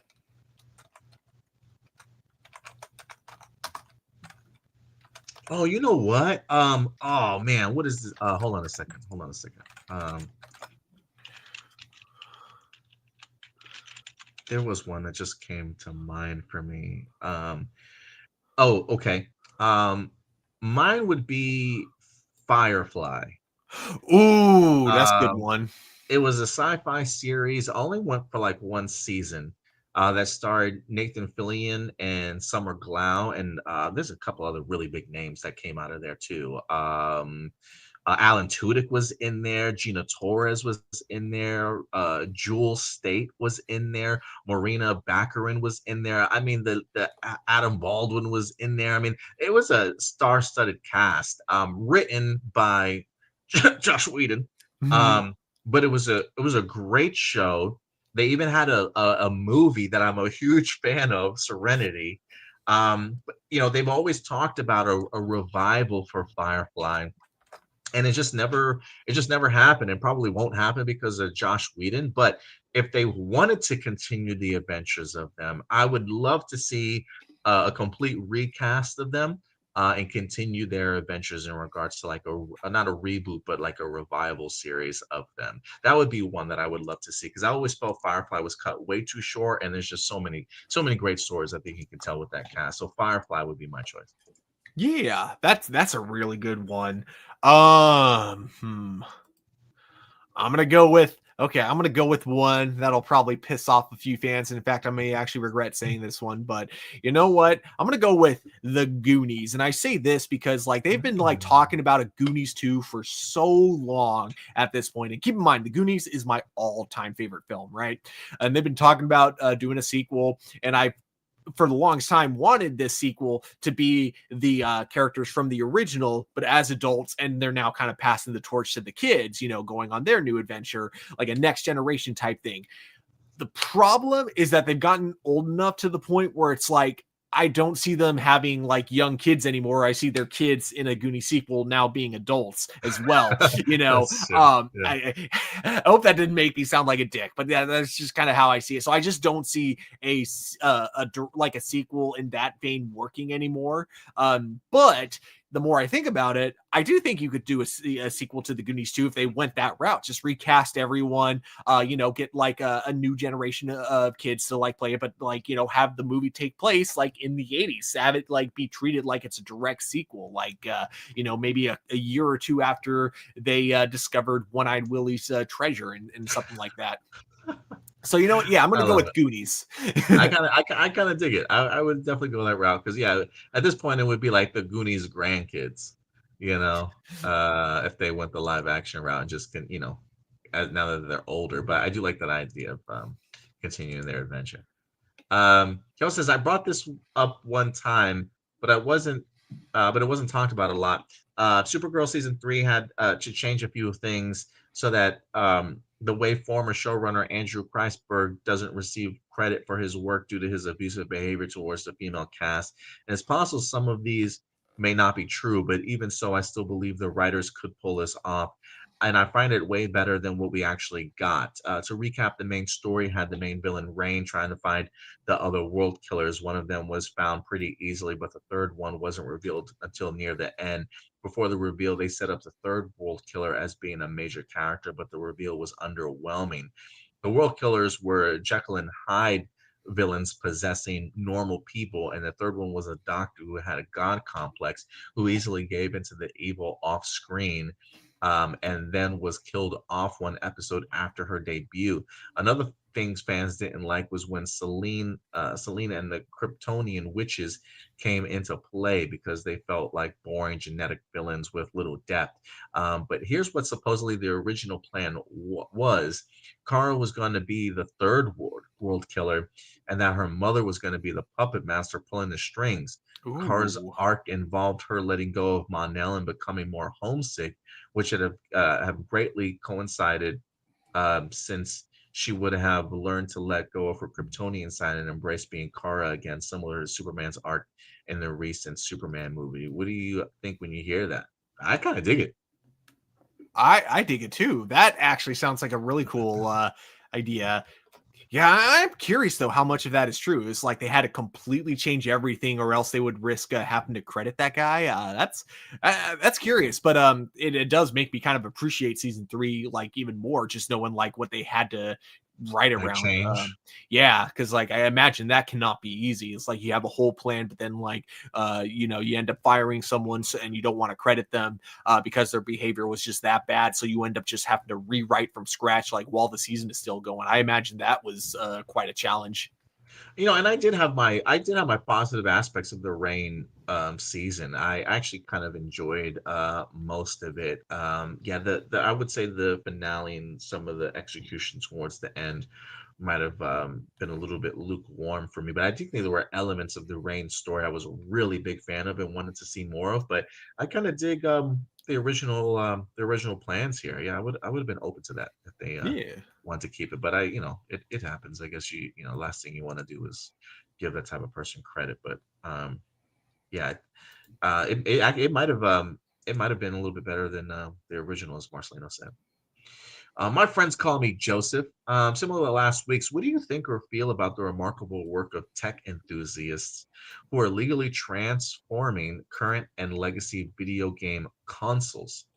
These creators often seen jailbreaking or modifying systems like PlayStation 5, Xbox, or older consoles, or creating one-of-a-kind dream devices by using 3D printing for custom shells and altering internal hardware for better graphics, CPU Ooh. performance, and modern features like USB-C ports or LED lighting, all while carefully bypassing software restrictions and changing designs to avoid intellectual property issues and prevent piracy. These modifications are often performed on consoles acquiring via third-party sites like eBay with specific or unupdated firmware versions, or by utilizing readily available downgrade tools, resulting in modern software-based devices that future-proof the gaming experience. Considering the immense creativity and technical skill demonstrated, should major companies like Sony, Microsoft, and Nintendo actually check out and collaborate with these users to integrate their innovative ideas into official product lines? Yeah. So, what do you feel, or yeah, what do you think or feel about the remarkable work transform? I mean, I think it's pretty cool. I kind of dig it. But as far as like, should major companies like Sony, Microsoft, and Nintendo actually check out and collaborate with these users to integrate their innovative ideas into official product lines? I don't know if they would want to, personally.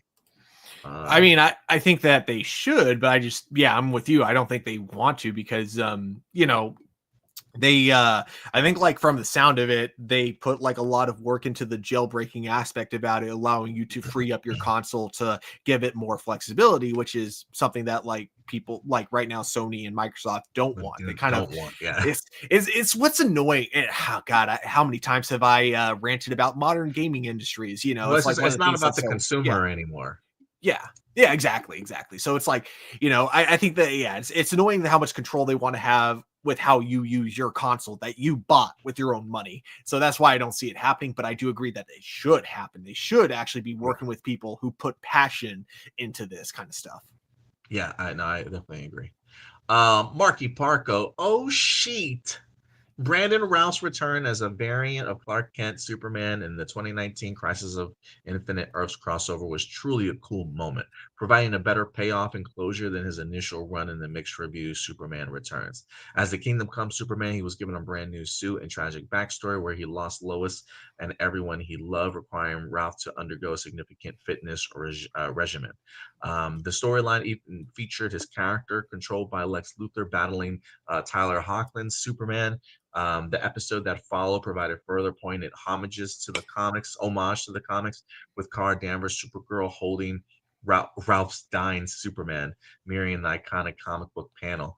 Fans even noted his first scene as Clark Kent evoked the younger Christopher Reeves, an homage cemented in the crossover's epilogue, where Ralph appeared as another new variant of Superman, flying in a Reeve-inspired suit. Given an overwhelming positive fan reaction to his reprisal in the current trend of multiversal storytelling, would fans want to see Brandon Ralph return to the role again in a future project, perhaps even within the new DC Universe canon under James Gunn, either in live action or animated format? Ooh, you know, I think Brandon Routh is a big enough star that if James Gunn did want to tell a multiverse story or a DC Elseworld story, I, I think that would be on the table, Stuart. I do. Um, because regardless of how people felt about Superman Returns, I do think he came across as a really enjoyable Superman. Um, at least in the sense of paying homage to Christopher Reeves and trying to embody that. But I think he also did a really good job as a Kingdom Come Superman as well. Um, to where if that's a story that they wanted to tell, the Kingdom Come side of things, or even if they ever wanted to do a Crisis on Infinite Earths sort of DCU story, I could see Brandon Routh returning again. If he doesn't mind getting into the shape again for Superman, I think he's popular enough, and I think people have enjoyed him as the character enough to respect him to actually pop back up as a Superman of some sort, whether that be a multiversal story in the DCU or DC Elseworld stuff. Yeah, I think fans would want to see that happen. Yeah, I agree. Whether it's a multiverse kind of thing or an Elseworld story, because James Gunn does say that he wants to continue an Elseworlds whole thing going on. I think there's definitely room to bring Brandon Routh to reprise his role. I don't really want to see it anytime soon, only because like we're currently still getting used to David Cornswet, so I want him to have at least a couple more movies under his belt first. But it's something I would definitely love to see, and I would also love to see if they ever do kind of a Spider-Man No Way Home type of thing where we can kind of get like David Cornswet, Brandon Routh, and Henry Cavill all together. Like I think there's some great potential there. I think and I think people would love to see him as Superman again, because I don't think I think even though like a lot of people didn't like Superman Returns, I don't think anyone's issue with Superman Returns was Brandon Routh. Right. Yeah. I agree. The most talented man in the world. They reached, it grabbed, the sound was loud and crispy, crunch, crunch, crunch. This, the voice said, mouthful, is good. But the chicken wasn't chicken. It was a small brown helmet. What? The helmet was full of tiny, sweet bricks.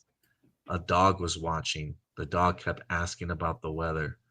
The sun is blue today, the eater mumbled, wiping a smidge of sweet brick dust onto a nearby cat. The cat was holding a tiny banjo and seemed sad. The eater just kept chewing the helmet, which tasted like a very old sock, but also strangely like a brand new drum. He offered the sad banjo cat a bite. The cat simply pointed one small paw at a floating turnip. The second eater, who looked like a baby but talked like a professor, held a magnifying glass up to a piece of what was clearly a fried rubber boot. The molecular structure suggests maximum crunch, yet the flavor profile screams tire fire, he noted, adjusting a tiny invisible tie. He then took a large happy bite. The dog started playing the banjo. The cat started talking about taxes. The first eater, now wearing a second, smaller helmet on his nose, giggled. Ha ha, chicken. The baby professor rolled his eyes. It's technically footwear, you fat buffoon. Wait a minute. That's Peter and Stewie Griffin. What did you like about this? And did this reading make you very confused? Yes, but I Yes, was intrigued regardless. I was intrigued. Yeah. Yeah, definitely confused. Wait a minute, that's Peter and Stewie Griffin. Really? Okay. Yeah, what is it? Oh God, really? Oh wow. Yeah, thanks for that one. I was like, where's this going? But I was invested. I was invested to bring that to life for you. AJ, the morphing grid, the location and destruction of the command center in the power chamber. The command chamber, later the power chamber, the vital hub of Mighty Morphin through Turbo Rangers was a recurring target. Yeah, no joke. Despite Rita Repulsor and Lord Zed knowing its location but never successfully destroying it until the end of Mighty Morphin Alien Rangers, this first destruction, orchestrated by Goldar and Rito Revolto, who planted the detonator within its space, led to his transformation into the power chamber in Power Rangers Zeo. However, it was Divatox, the main antagonist of Power Rangers Turbo, who achieved the most devastating blow, successfully locating and completely destroying the power chamber, an act made more complete by her nephew Elgar, destroying Zordon and Demetria's energy tube, which disconnected the second Turbo team's power from the morphing grid. Although the original destruction by Goldar and Rito also involved the destruction of the original power coins, both the power coins and the turbo powers were later restored through unconventional means. Um, Yada yada. Considering these attacks, which destruction, the initial exposure by Goldar and Rito that led to the Zeo era, or Divatox's final, seemingly complete destruction that ushered us in space, was the most surprising and impactful in the overall narrative? And how significant is the precedent set by the restoration of powers through different power sources?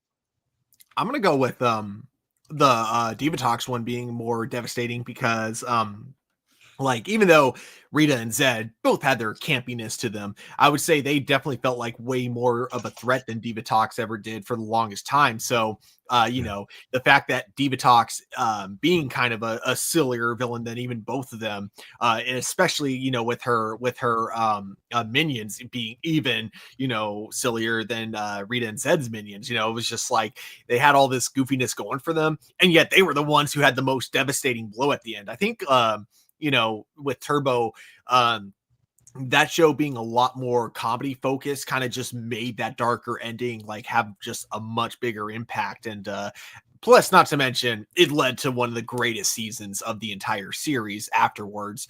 You know, so I got to go with that, only because like the contrast of the rest of the season just made it just that much more impactful.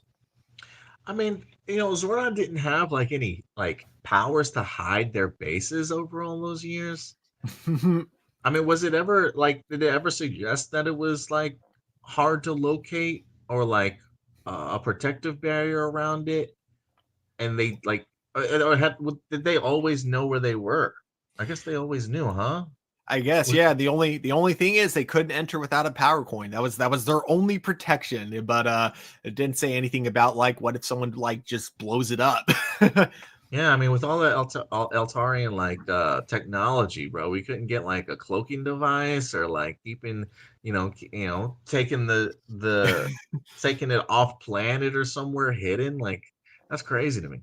Nope, he just had to rely on the honor system. Hey Rito, we will not blow up your base on the moon. You just got to promise not to blow up our base on Earth. Deal? Okay, cool. Oh man, Kenneth, what's up, Kenneth? Appreciate you coming through. I don't know if this is your first time dropping a question or not, but hey, we appreciate you coming through, Kenneth. What do you think of this? A future MCU film could reintroduce a Tony Stark variant played by a different actor as a multiversal mentor or a cautionary tale, keeping his original sacrifice sacred by making this version clearly distinct and unable to fully replace the Earth 616 hero. This variant's existence would serve to highlight the singular nobility of the original Stark's final act, reinforcing the central MCU timeline's emotional stakes rather than cheapening him. Should the variant be an antagonist like a Doctor Doom or a purely benevolent figure who inspires the next generations of heroes?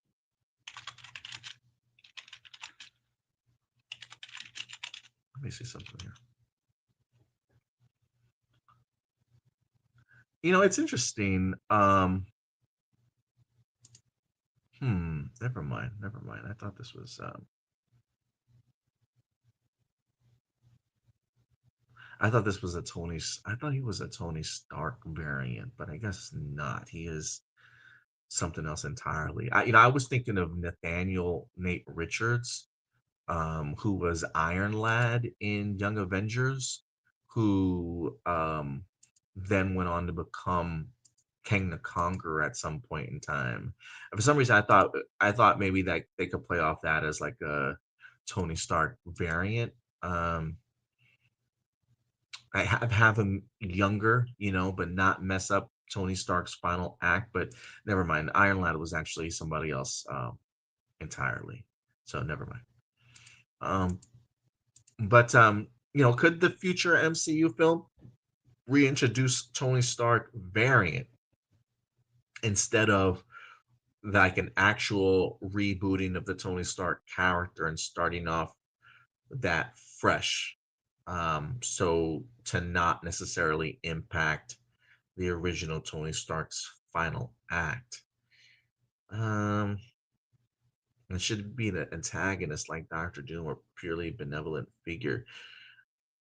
I don't know. I mean, it seems like we're kind of getting a little bit of that in Doomsday already. Um, so I don't know if when you do a future MCU film, like if you were to do it, and because Kevin Feige has talked about the idea of like, we are going to have to recast some of these roles, so it does feel like a Tony Stark and maybe a Steve Rogers recasting is going to kind of take place. How do you think this works? What would you do? Would you do a Tony Stark variant, um, or would you go the route of just redoing his origin story, like it being a new original Tony Stark? Uh Man, like for me, I think that it would depend on if we're rebooting the universe entirely or doing like a soft reboot. If we're rebooting it entirely, yeah, I'd go for a completely different actor, but I wouldn't. The thing is, I wouldn't bank on him being the face of the MCU. Tony Stark being the face of the MCU came naturally because Robert Downey Jr. did a great job in the role. So I wouldn't bank on that from the beginning, like because they didn't bank on him being the face of the MCU when they made Iron Man. It just happened that way because he was the first in the Marvel Cinematic Universe, and Robert Downey Jr. just was like that perfect light. Iron Man 1 is a lightning in a bottle film because like everything on paper, this movie should have been a disaster, and I really think Robert Downey Jr. is what made it like what it was. So I just don't think that you could make that like artificially. I think it was something that only happened natural. So I would want to see them, I would be down for a new Robert Downey or a new Tony Stark. I just wouldn't want to make him like the one who inspires the next generation or anything like that. I would have him be a character. And if he naturally progressed to be that way, great, but I wouldn't bank on it. I would just have him be a new character in the MCU or in this MCU reboot. Yeah, I do wonder if like could you do a Tony Stark variant and just give him a all new like origin story, to lead him into becoming Tony or becoming Iron Man, if that's the route that you wanted to go, because then you would at least establish like these two characters are like not the same. So maybe if they had a different upbringing and story, maybe you can get away with it. But that's a good question, Kenneth. Jessica Fryman, do you think we can get Back to the Future prequel one day, showing how Marty and Doc first met? And what are you looking forward to seeing the new Avatar and the Seven Havens? And what do you think James Gunn will pick his Wonder Woman and his Flash, or maybe his Aquaman? Man, I think the Flash and Aquaman is pretty far along, as far as like far away, I should say, in regards to happening. As far as Wonder Woman, man, I think Wonder Woman could probably be picked in within like definitely within the next year. I think by the turn of 2026, I think 2026 is definitely going to be the year of a Wonder Woman casting announcement. Just because I think they got so many fires, so many buns in the fire right now. You got Paradise Lost. being worked as far as a television series. We know that they're working on a Wonder Woman script right now. So you're probably going to get a lot of like Amazonians and Wonder Woman kind of announced in 2026. So I think that's probably the more probably the better bet of being announced. Um, as far as could we get a Back to the Future prequel one day? And maybe after the passing of Robert Zemeckis, maybe. But outside of that, no, not at all. Because they had a prequel comic about how they met. And it worked, but like I don't see the two, because as much as it is kind of a funny idea of how the heck did a popular high school student befriend a crazy old scientist, as funny as that is, I don't think it's like a movie's worth of story that you could really tell with that. But I believe they do explore that origin though in the in like one of the comics. But as for the Avatar question, I think I brought it up before. I look forward to finding out why it is that like the world suddenly has turned on the Avatar. What Korra did to like really piss everyone off. That I'm so curious about that. And yeah, I look forward to the seeing how the world evolves, because you look at the first Avatar series, which very much had kind of an ancient like society and that kind of stuff, and then you look at Korra, which had a very much like early I want to say like an early 1930s 1940s vibe, because we started to have automobiles, moving pictures, all, and radio, of course, like all the things that very much were around at that time. And so now with it being another 100 years, I'd be curious to see, is this going to look like a modern fantasy setting? Is that what it's going to look like now? Yeah. So yeah, the two big things are the world building and what the heck did Korra do? Yeah, yeah, you definitely know a lot more about it than I certainly do. So I'm glad you brought that up in regards to like what you're anticipating in regards to it. I Nathan does have a question. Nathan says, Nathaniel, appreciate you coming through, Nathaniel. Have you seen the teaser for the new Michael Jackson film? I've been seeing tons of speculation whether the film will cover the King of Pop's controversial court cases, and some also hope that the film will cover his final moments during his weeks of rehearsal for his This Is It tour. That unfortunately did not end up happening due to his passing. Some people say that the actor playing MJ is using AI and doesn't even look like him. I think he looks like him. Yeah. Personally, I mean, if you look at some of the behind the scenes stuff of the making of it, that we've shown before, yeah, I mean, it's a full on makeup job, man. It's just prosthetics.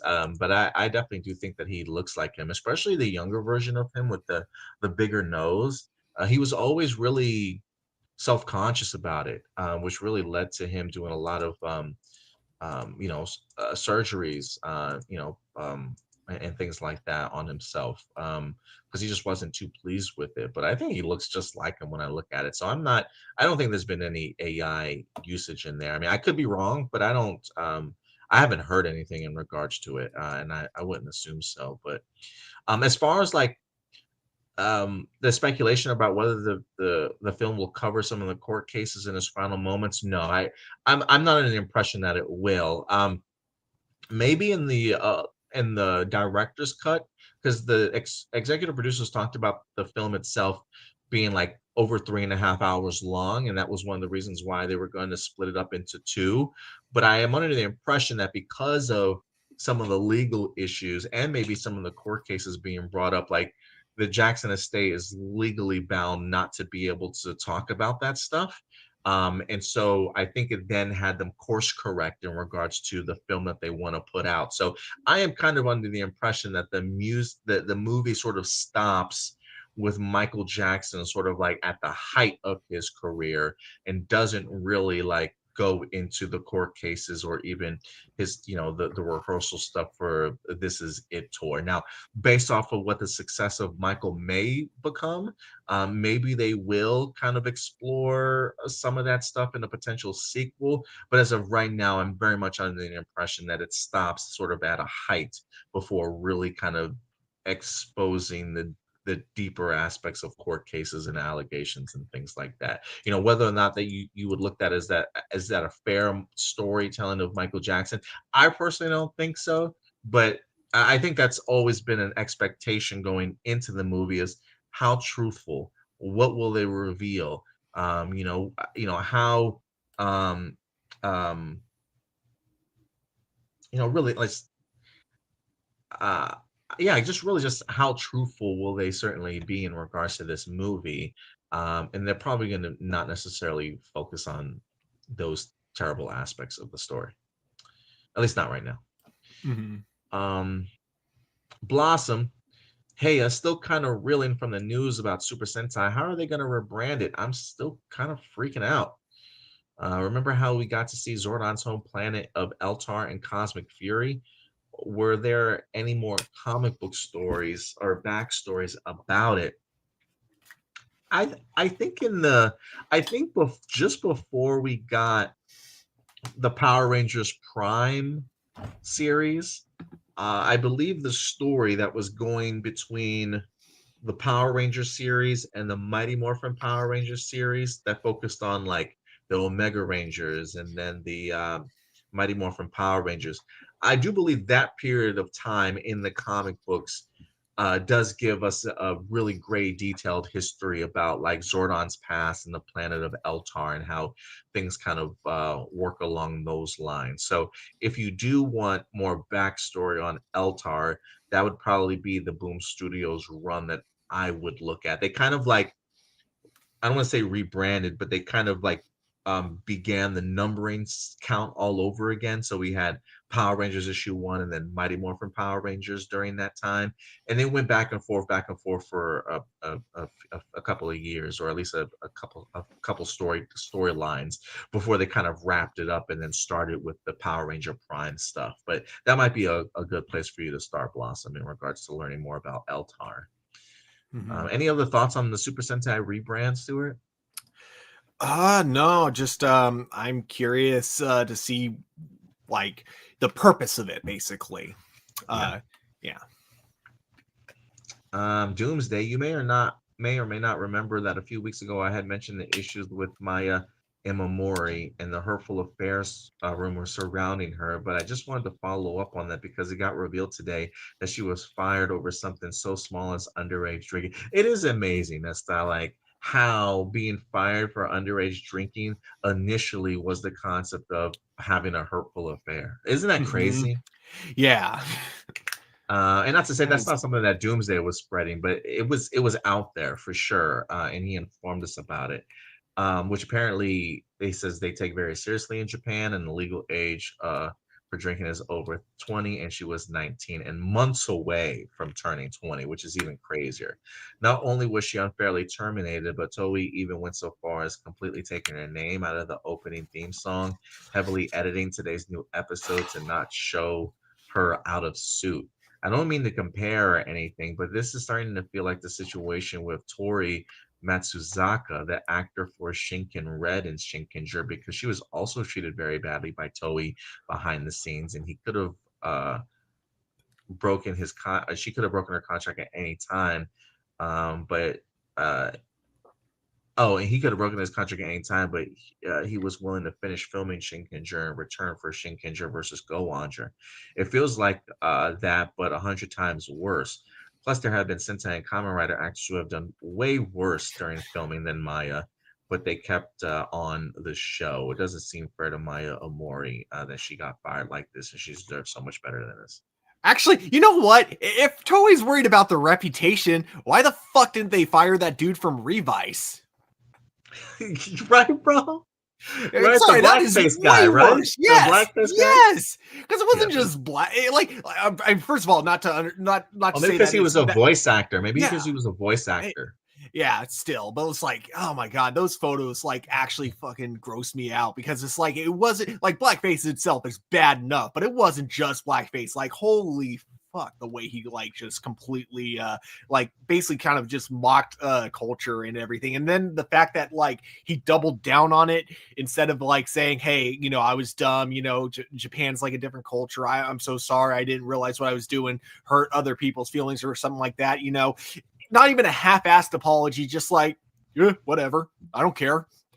Yeah, it's super contradictory there. I mean, I don't know what their societal breakdown is, like how they treat their women over there, or how they, view, well, I guess how they view people of color. I've always heard that they're in the corporations, maybe there's like racial undertones, but like even my brother, like who's black, he's a little bit more he's a little darker than me, but we might share around the same fair complexion. I don't know if he feels safe out there. I don't think he ever feels threatened or anything like that. I know black people that live out there that, live peacefully and stuff. But I do wonder if there are undertones within maybe entertainment, that treat women and marginalized people of color like just a little bit differently over there.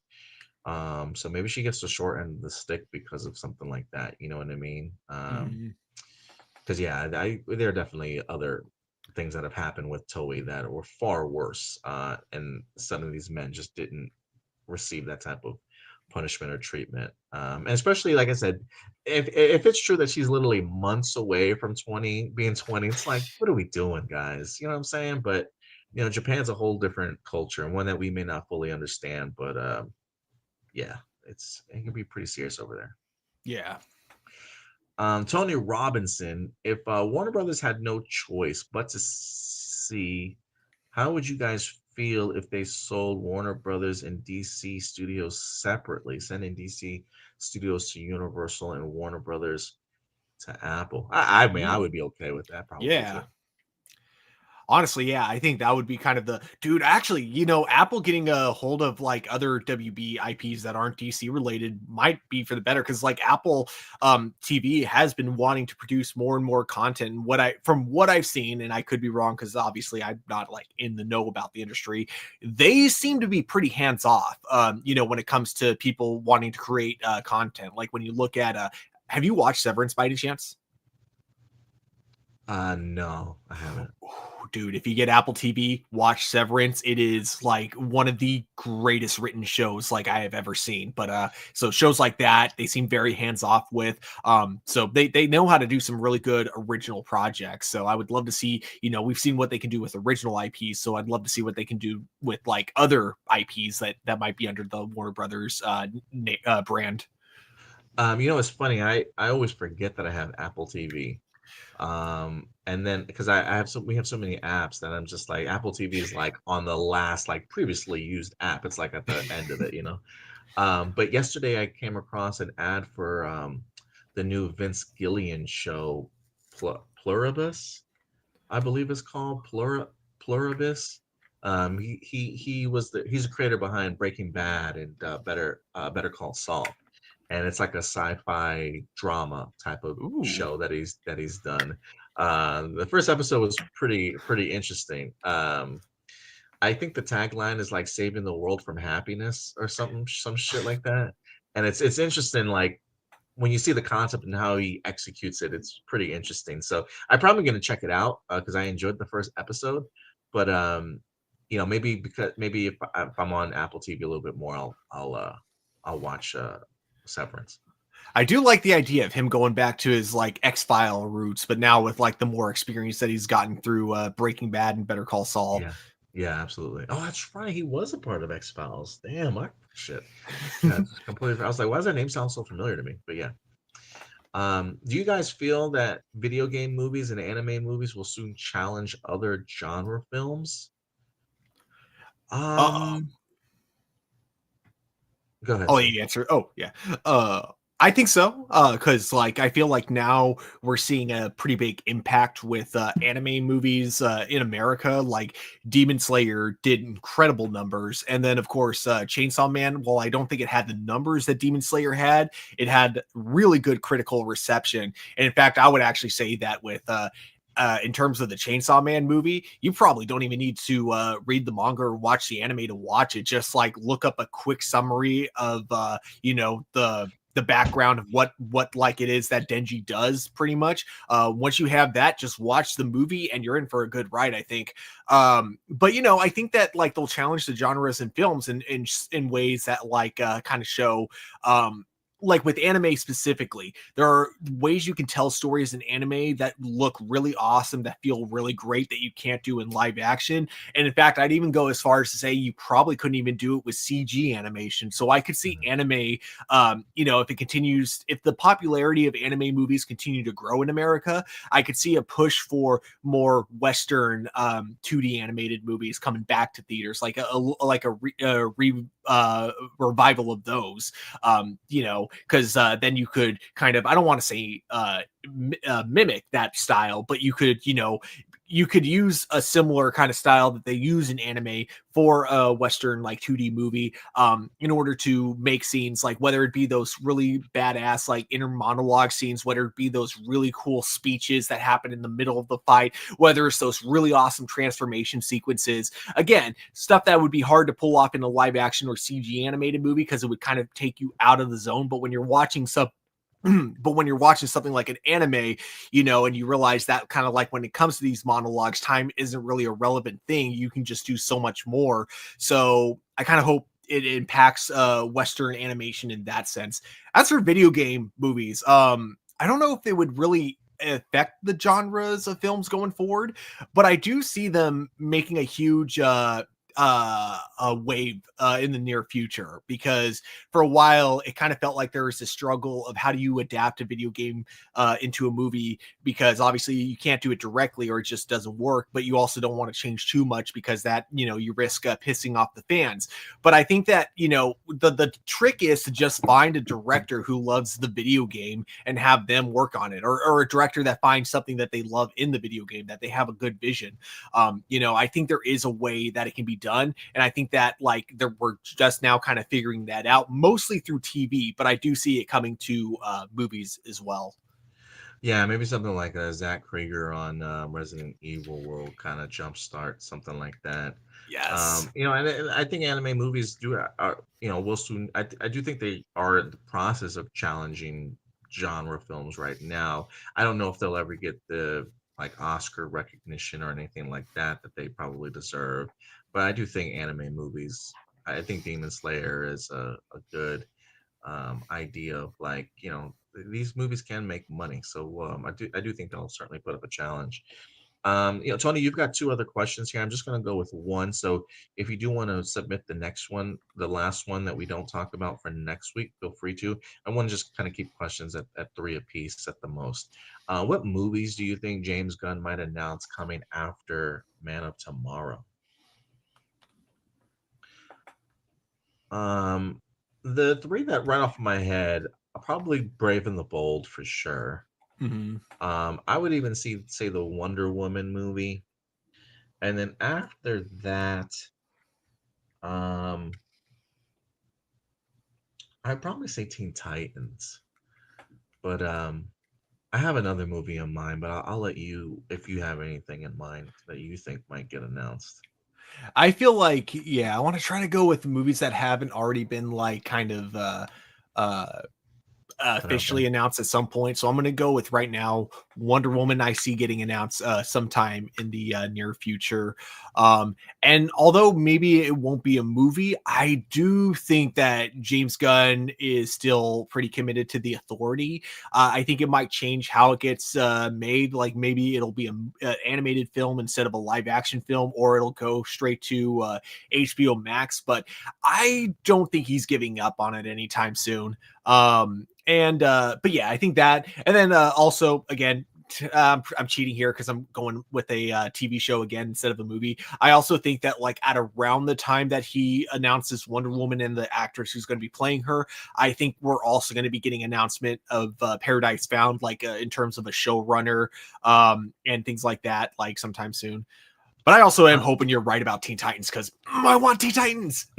Yeah, I also think the other one, the honorable mention I would put in that I would love to see announced is the Terrifics. Give Mr. Terrific his own movie. I think he's earned it as far as a spinoff from out of the Superman movie. I personally would love to see him create his own team.